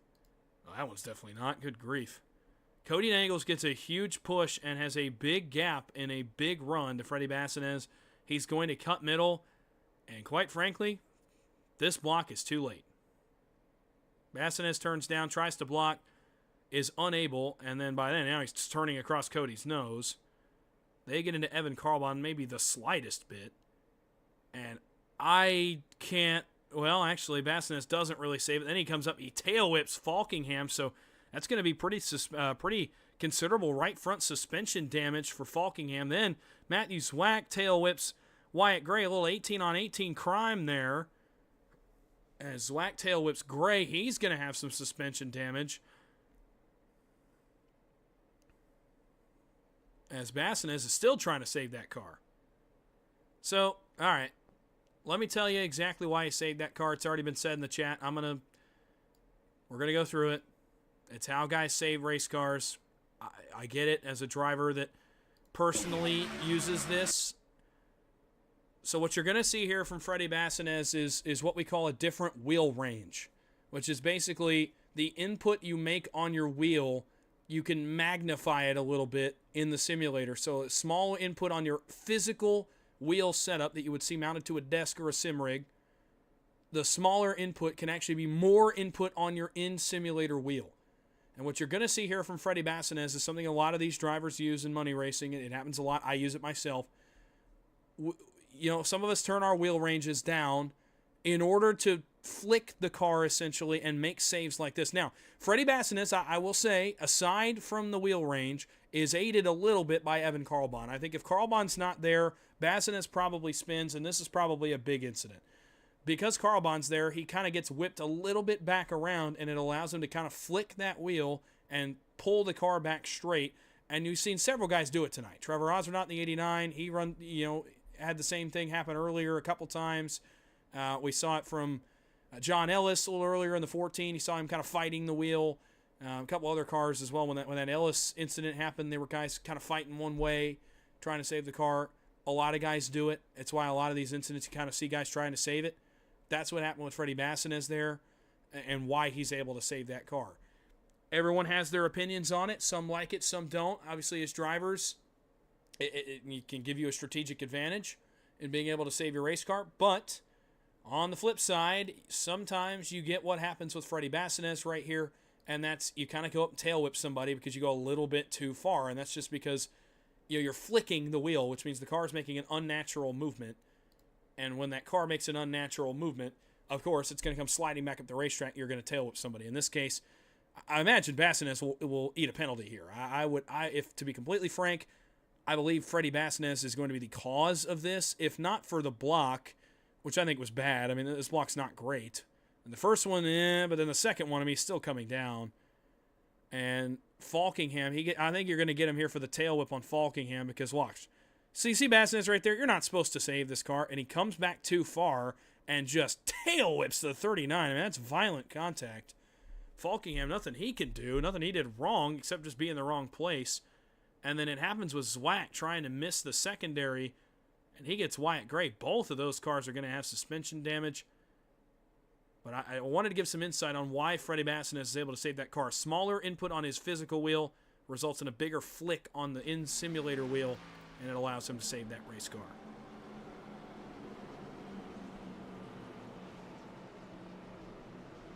Well, overtime after the 10th caution flag of the night. It's PGR eSports overtime. And again, if a caution flag happens between now and the white flag inside or around the money-making positions, which tonight is 1 through 10, a caution will be thrown, the race will be over, the scoring will be deemed by race control and iRacing, and any incidents will be reviewed for fault.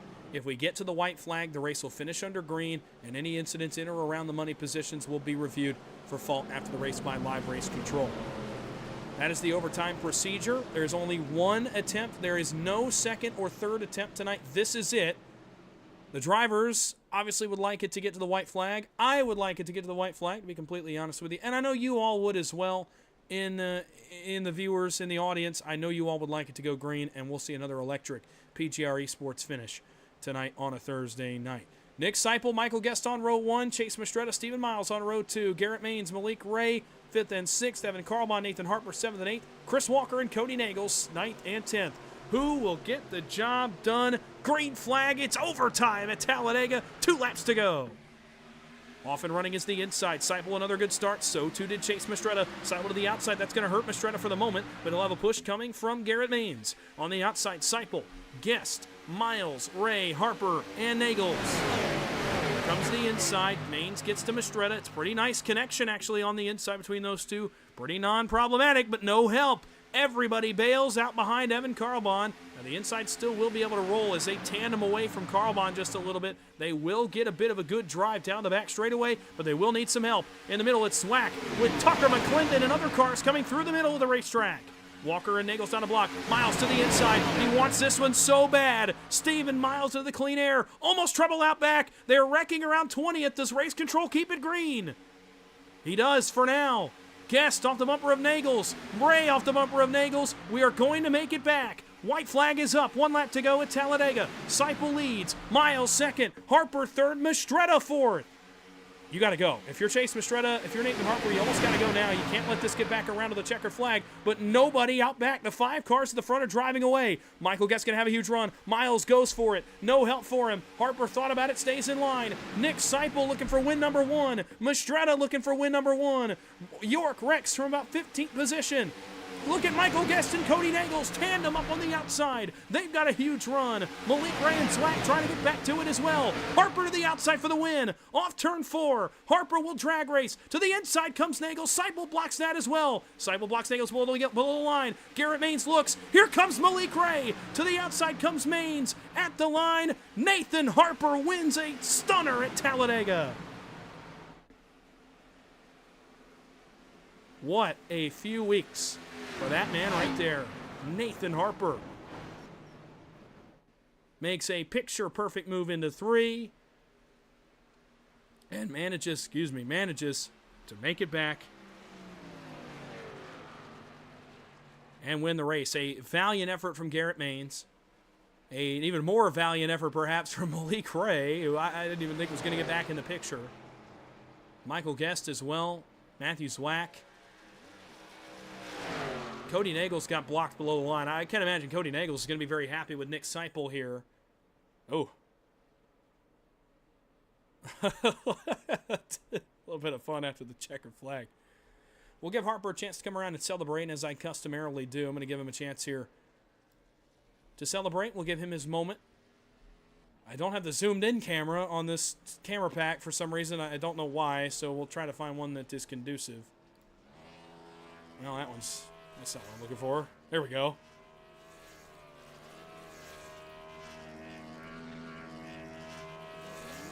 And Nathan Harper burns it down. He's the winner at Talladega and PGR eSports.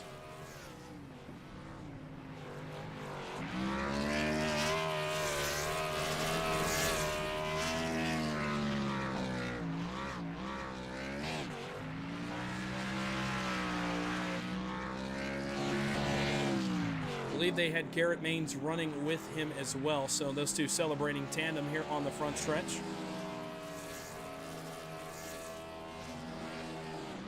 That was a good finish. I'll tell you what, I thought it was going to get a little more messy. I think we all kind of figured it'd get a little messy, and really, besides Nick Seipel's block on Cody Nagels, I don't think it got nearly as messy as a lot of us thought it would. Look at this. Little teammate burnout on the front stretch. Look at this.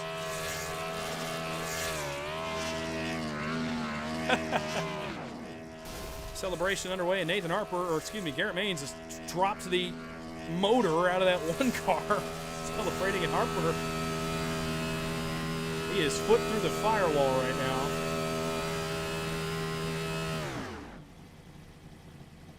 As he completes his celebration as well. We'll go through your finishing results. We'll watch a replay of the finish, and then we'll go to the post-race interviews here at Talladega Superspeedway. It is Nathan Harper that gets the victory here tonight at Talladega in a wild overtime finish over Garrett Maines in second position and Malik Ray, who comes home in third. It's Michael Guest that goes fourth, and Matthew Zwack finishes in the top 5, a heavy presence of the Coca-Cola iRacing Series in tonight's top 5. Cody Nagels goes 6th, with Chase Mastretta back in 7th, Dylan Jones in 8th. Tucker McClendon, respectable finish for the 00 tonight. He had a big run on the last lap, didn't quite pan out exactly as he wanted it, but he will finish in the money tonight. That's a cool $50 for the driver of the 00. Nick Seipel comes away with money. He led on the last lap. You got to imagine he'll want that one back, but he'll finish in 10th. Evan Carlbon, he finished one tonight, and I think that's a step in the right direction. Didn't finish in the money, but obviously baby steps for Evan Carlbon, who's had some terrible luck recently. Kenny Real, his teammate, finishes 12th. And Chris Walker, a Jack Shack trio, there 11th, 12th, and 13th. Stephen Miles, that's a tough break for Miles, who really wanted that one. Made what I thought was a decent move off turn 2. It doesn't pan out. Jared Haynes goes 15th. He ran a good race tonight as well. Brock Westmoreland goes in 16th. Ashburn Billabak in 17th, with Trevor Otsronaut in 18th. Steven Scott finishes in 19th, and Mike Davenport finishes in the back half of the top 20. James Wagoner goes 21st tonight, with Logan York in 22nd, Chris McCullough in 23rd, Jeff Merck 24th, and Brian Hennings in 25th.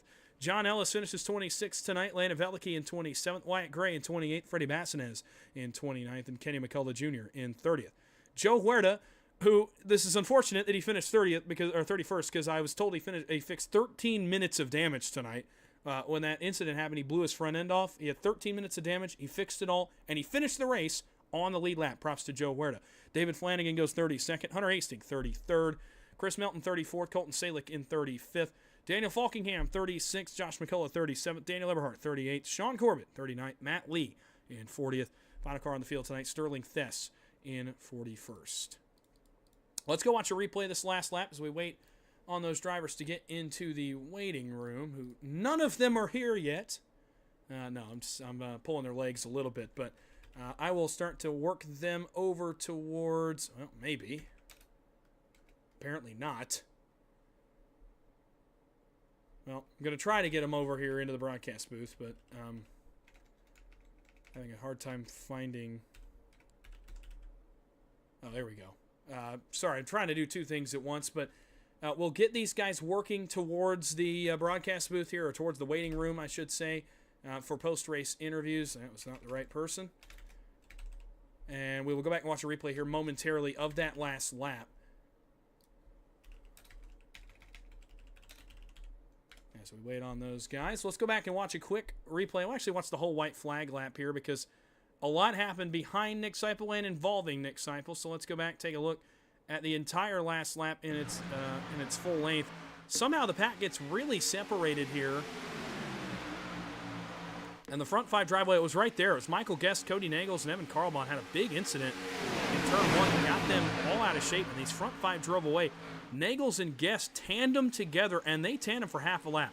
Miles jumps outside. He tries to get the lead. Nobody goes with him. Harper stays in line.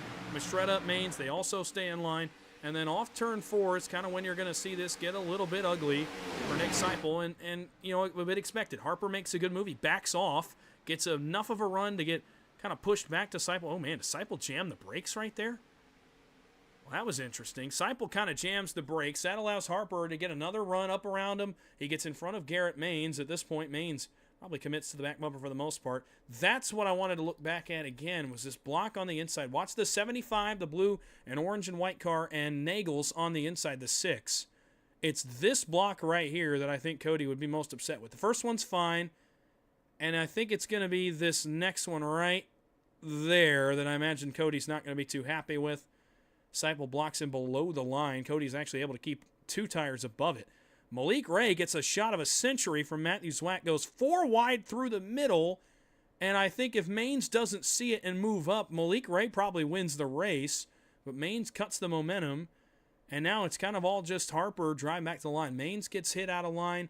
Malik Ray's got no speed, and at this point, Garrett's going to get close, but no cigar. Malik takes a look, but again, nothing doing. They actually crash out back around Carlbon and McClendon as well, which would be around that money spot. So finishing positions may change. The leaders will not, though. And it is a classic here tonight between, several really, really good contenders. This was a great race, and it ends with Nathan Harper coming home as the winner. Let's see if I can't find a better angle. That one's not too bad. I'll stick with that one tonight as our race comes to an end. Let's get into post-race interviews. We've already got them here, so let's get right into it. I'll make sure very quickly that we are all set audio-wise to get everything going and make sure you can hear the drivers in their post-race interviews. And let's kind of get their volume set. Now we'll kind of see where the volume is when we get to it. And let's get down to business. We'll start with the man who finished third, and the man who I thought for a second was going to win the race. Comes up a little bit short, but another podium finish from Malik Ray in the blue, white, and red number 2 car. Malik, it's Dawson, the broadcast booth. You got a copy? Hey, bro. How you doing? Well, look, not too bad, and a classic of a finish. You know, we kind of saw you guys around you and Zwack and Guest kind of get out of shape on the last lap. I thought it was too far back.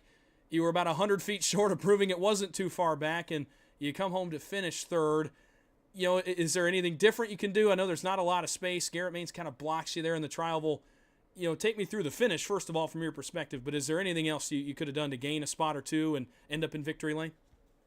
Nah. I think you just got to know, like, when to take stuff and when to end it, because I think, like, there are some people that would have, like, kept trying that run, but, like, I knew that once I got there, like, you know, like, it's better off to just stop here than to me try to fit a hole that's not there or that's halfway there, and then I end up wrecking me, Garrett, Matt, Nick, everybody. So that's why I decided to, just I got the third. I'm gonna just say right here. Well, look, third place finish tonight. Still going to be a pretty hefty payday, north of $100 for you tonight. So, look, a crazy race. We're on kind of a string of crazy races here on Thursday.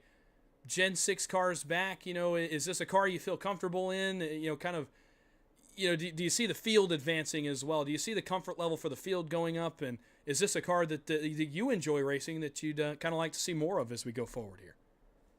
I do enjoy racing this, but I just wish that everyone would be slightly less aggressive. I don't think the field's really like advancing. I think everyone's just kind of just taking every run that they can get, and they're not really like thinking about it or like like what's going to happen, like if they do X, Y, or Z. So I just think everyone's just, like they're just, I don't know. It's just not a very enjoyable time in this car, unfortunately. Well, still, nonetheless, a good finish for you tonight. Third place, again, north of $100 payday for you. So, before we let you go, is there anybody you'd like to thank or shout out? Shout out to Guest and Matthew Zwack. If it was not for him on the white flag, I would not have been in third. So, I appreciate both of them. And congrats to Nathan Harper on the win. Well, appreciate you talking to me up here for a second. Congrats on the third place finish. Go enjoy it. Go celebrate. We will talk to you soon. Thanks, man. Appreciate you. Malik Ray, third place on the score chart here tonight. We'll go now to one of the two cars running in that NBG contingent. It's Coca-Cola iRacing Series driver, former Coca-Cola iRacing Series driver Garrett Maines in the one machine as we jump him up here to the booth on a second place finish and a 1-2 for that duo of him and Nathan Harper. Garrett, it's Dawson in the broadcast booth. You got a copy? Yes, sir. Well, a good finish for you on a night where I thought the finish would get a little messier than it did. Nonetheless, a lot of chaos off turn 4. At the end of it, you're on the bumper of Nathan Harper, and it all works out as nicely as you could have possibly planned in a race like this for you guys. Off turn 4 there, is there any thought of going around the 22? Is there anything you tried and it just didn't work, or was it all, hey, I'm going to push you, we're going to get a 1-2, and we're going to move on out of here? Yeah, I mean there was lots of daylight to take it 3 wide there and get the win, but I mean Nathan was just going to be so stalled out. Had I taken it 3 on him there, he was not finishing in the top 5. I don't think. I mean there was a Hornets nest right behind him. He's been a really good teammate to me, and I wanted to repay the favor. Obviously that solidified the 1-2 there, and had I had another shot at it after that big shot. I would have tried to take it then, but I didn't want to sacrifice his race for the potential for me to cash. I might as well just take the 1-2 that was right there and get on out of here with a good finish. Well, you do just that, a second place finish. Look, obviously the format a couple weeks ago changes. We've got set lists of drivers that can now race here on Thursdays, and kind of what have you noticed from the change? Is the competition level higher? Is the aggression level higher? Kind of take me through the driver's perspective of the intensity, the aggression, the competitive nature of these races now that the format and the entry list, if you will, has changed just a little bit. Honestly, I don't notice a difference. I didn't even know that they did that. But that's not to say that the competition isn't stiffer. I think that actually is probably a big part of why we've had a lot more green flag racing. It's always been one of the most competitive series. PGR's done a great job of bringing out some of the best super speedway drivers every week. And, you don't really get better competition than this. I would almost argue that from a, knowledgeable side, there are more people in here that know what they're doing than a lot of the Coke fields that I raced in. So, it's just, a product of doing this every night. A lot of these guys are on here quite literally every night that there is a money race, they're racing it. And, you gain a lot of experience, and it's a chess match. You got to know the moves, and every car has a different, a different playbook essentially, and you got to know what's coming. Obviously being in these races, you see it all, and you don't really get opportunities like Nathan and I had tonight very often. So, congrats to Nathan on getting the win, and I'm just happy to be able to get another solid finish this week, especially after last week getting kind of robbed of the win. Well, absolutely. Look, a second place finish, kind of righting the ship, I guess, if you will. And look, for you, a second place finish, obviously getting to push Nathan to the win as well. Big moment for you guys. Second place finish for you, though. Before we let you go, anybody you'd like to thank or shout out?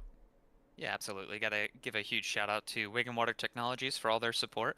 It definitely would have been cool to get the official 10th win tonight, but just wasn't the right time.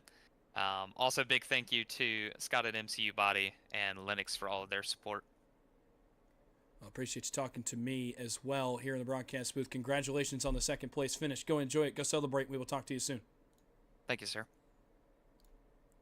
Garrett Maines in the one machine. I'm pulling up a quick statistic. Well, I was trying to pull up a quick statistic on Nathan Harper, but unfortunately, I don't believe we're going to have the chance. I was going to see which win this was for Nathan Harper, but nonetheless, it is several wins over the past several weeks for Nathan Harper, a man on a tear. We'll get to talk to him as well about his race and go into victory lane in one of the crazier finishes we've seen in a long time.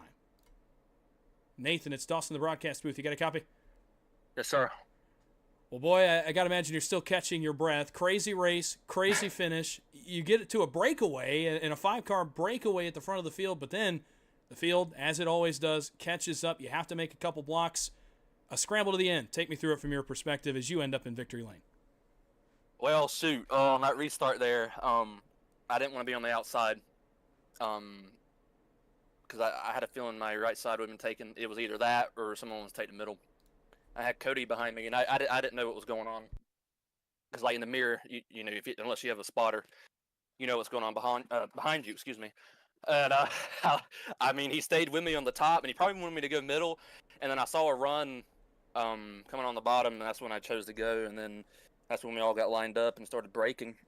And I wanted to stay on Nick there until, I don't know, somewhere in the tri-oval.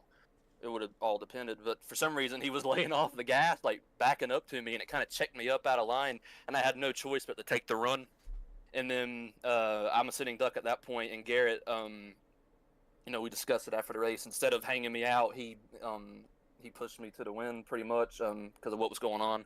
And again, the mirror thing, I didn't know what was going on behind me. And at that point, I'm just driving and hoping I can block everything. But yeah, if it weren't for him, I wouldn't be sitting here in victory lane.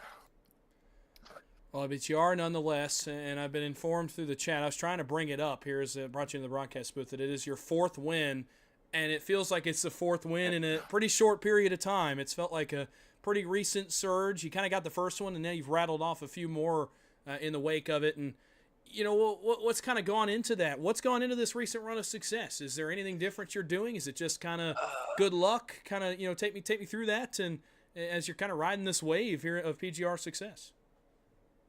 Well, believe it or not, I think next month will be my 1 year, I guess you can say, anniversary running money racing in general.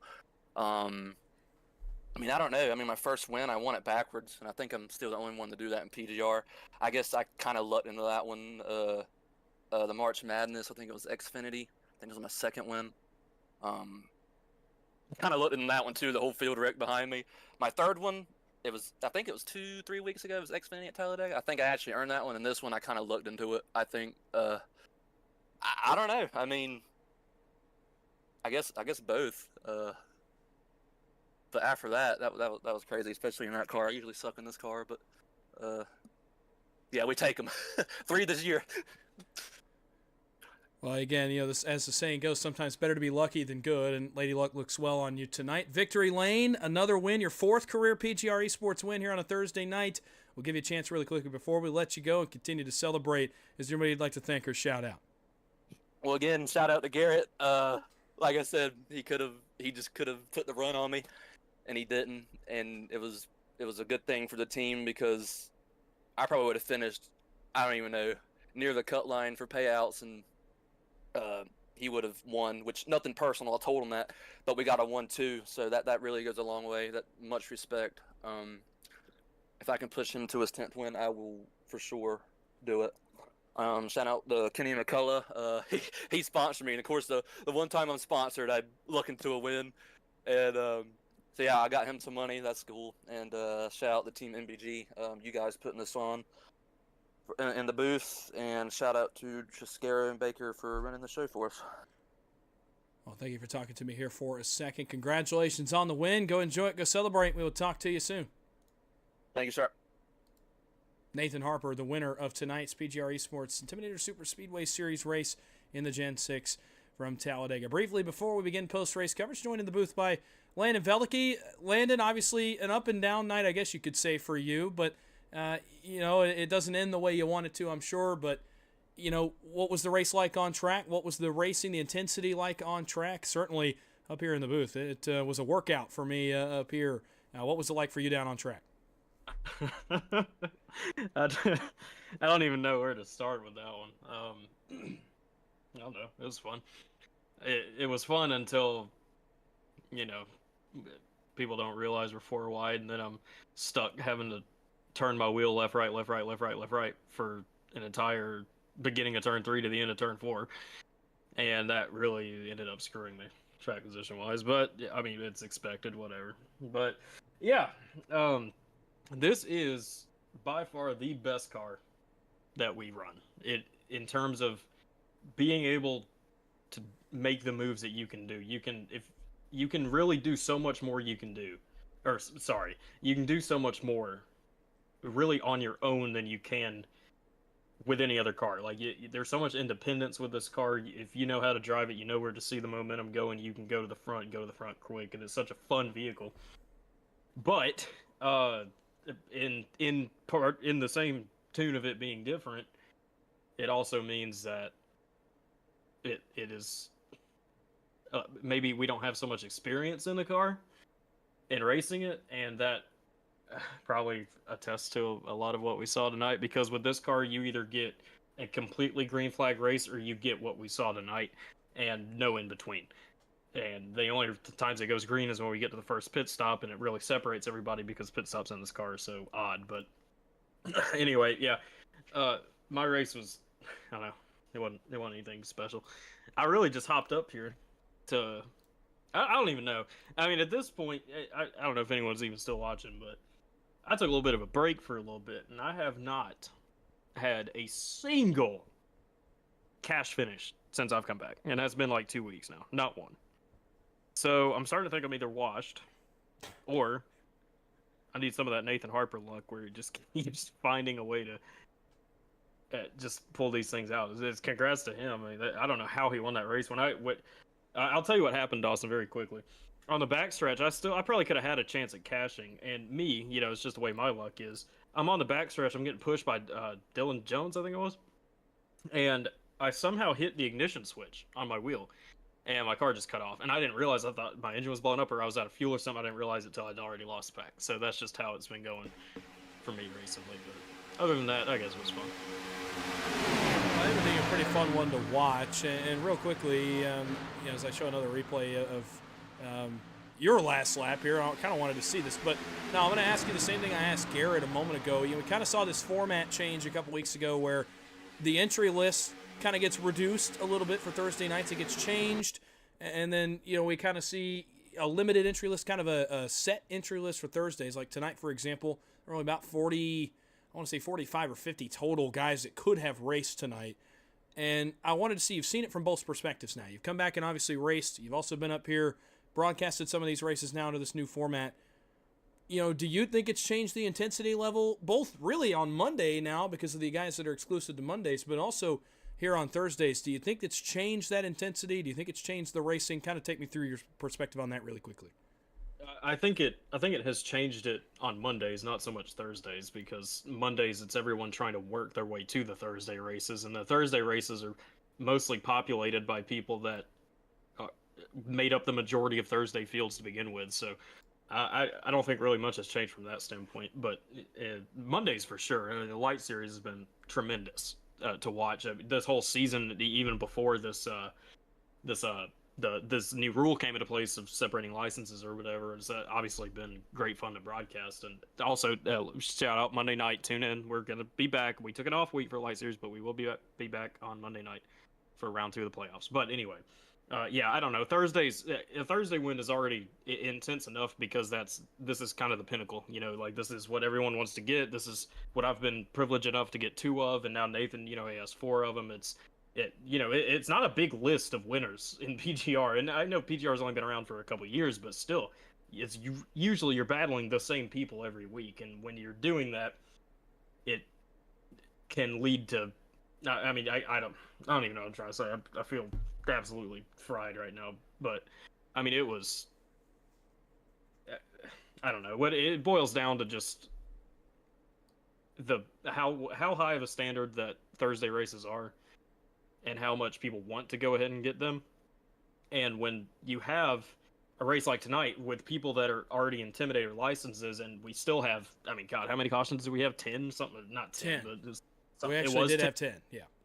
In cautions, I mean, that's obviously not good. That's not what anyone wants to have or wants to be a part of. But that you can draw 2 conclusions from that. You can be, that's all these great drivers, the people that are the greatest in this, that are trying to go at it so hard every lap of every race, and then sometimes it's kind of it's like overboard with that. It's a weird kind of balance, but some of it's the car, some of it's just how it happens to be on a certain night. Who knows? But yeah, intensity-wise, I think not much has really changed Thursdays. But Mondays are going to continue to be awesome as more people file in and get recruited into PGR, and then they have to work their way up the ranks. That's actually a nice segue. Landon, obviously, thanks for jumping up here, taking us through your perspective of tonight's chaotic, crazy, wild race in the Gen-6 race cars. And now we begin to wrap up coverage here from Talladega Superspeedway as Nathan Harper goes to victory lane on a Thursday night, his 4th career PGR eSports Thursday night win. And it's a really nice segue, actually, from Landon as we start to talk about what is moving forward. Obviously, over the course of the weekend, we'll have various races here and there. R&R, I believe, tomorrow night. We'll see if anything goes on with that race. A big race tomorrow night. We'll see if that one gets any broadcast coverage here. But then next up, you heard Landon talking about it. It's the VRX Light Series back on Monday night. Landon on the call, Trevor Osborne on the call, myself. I'm going to be back up there. I have to. Come on, it's the playoffs.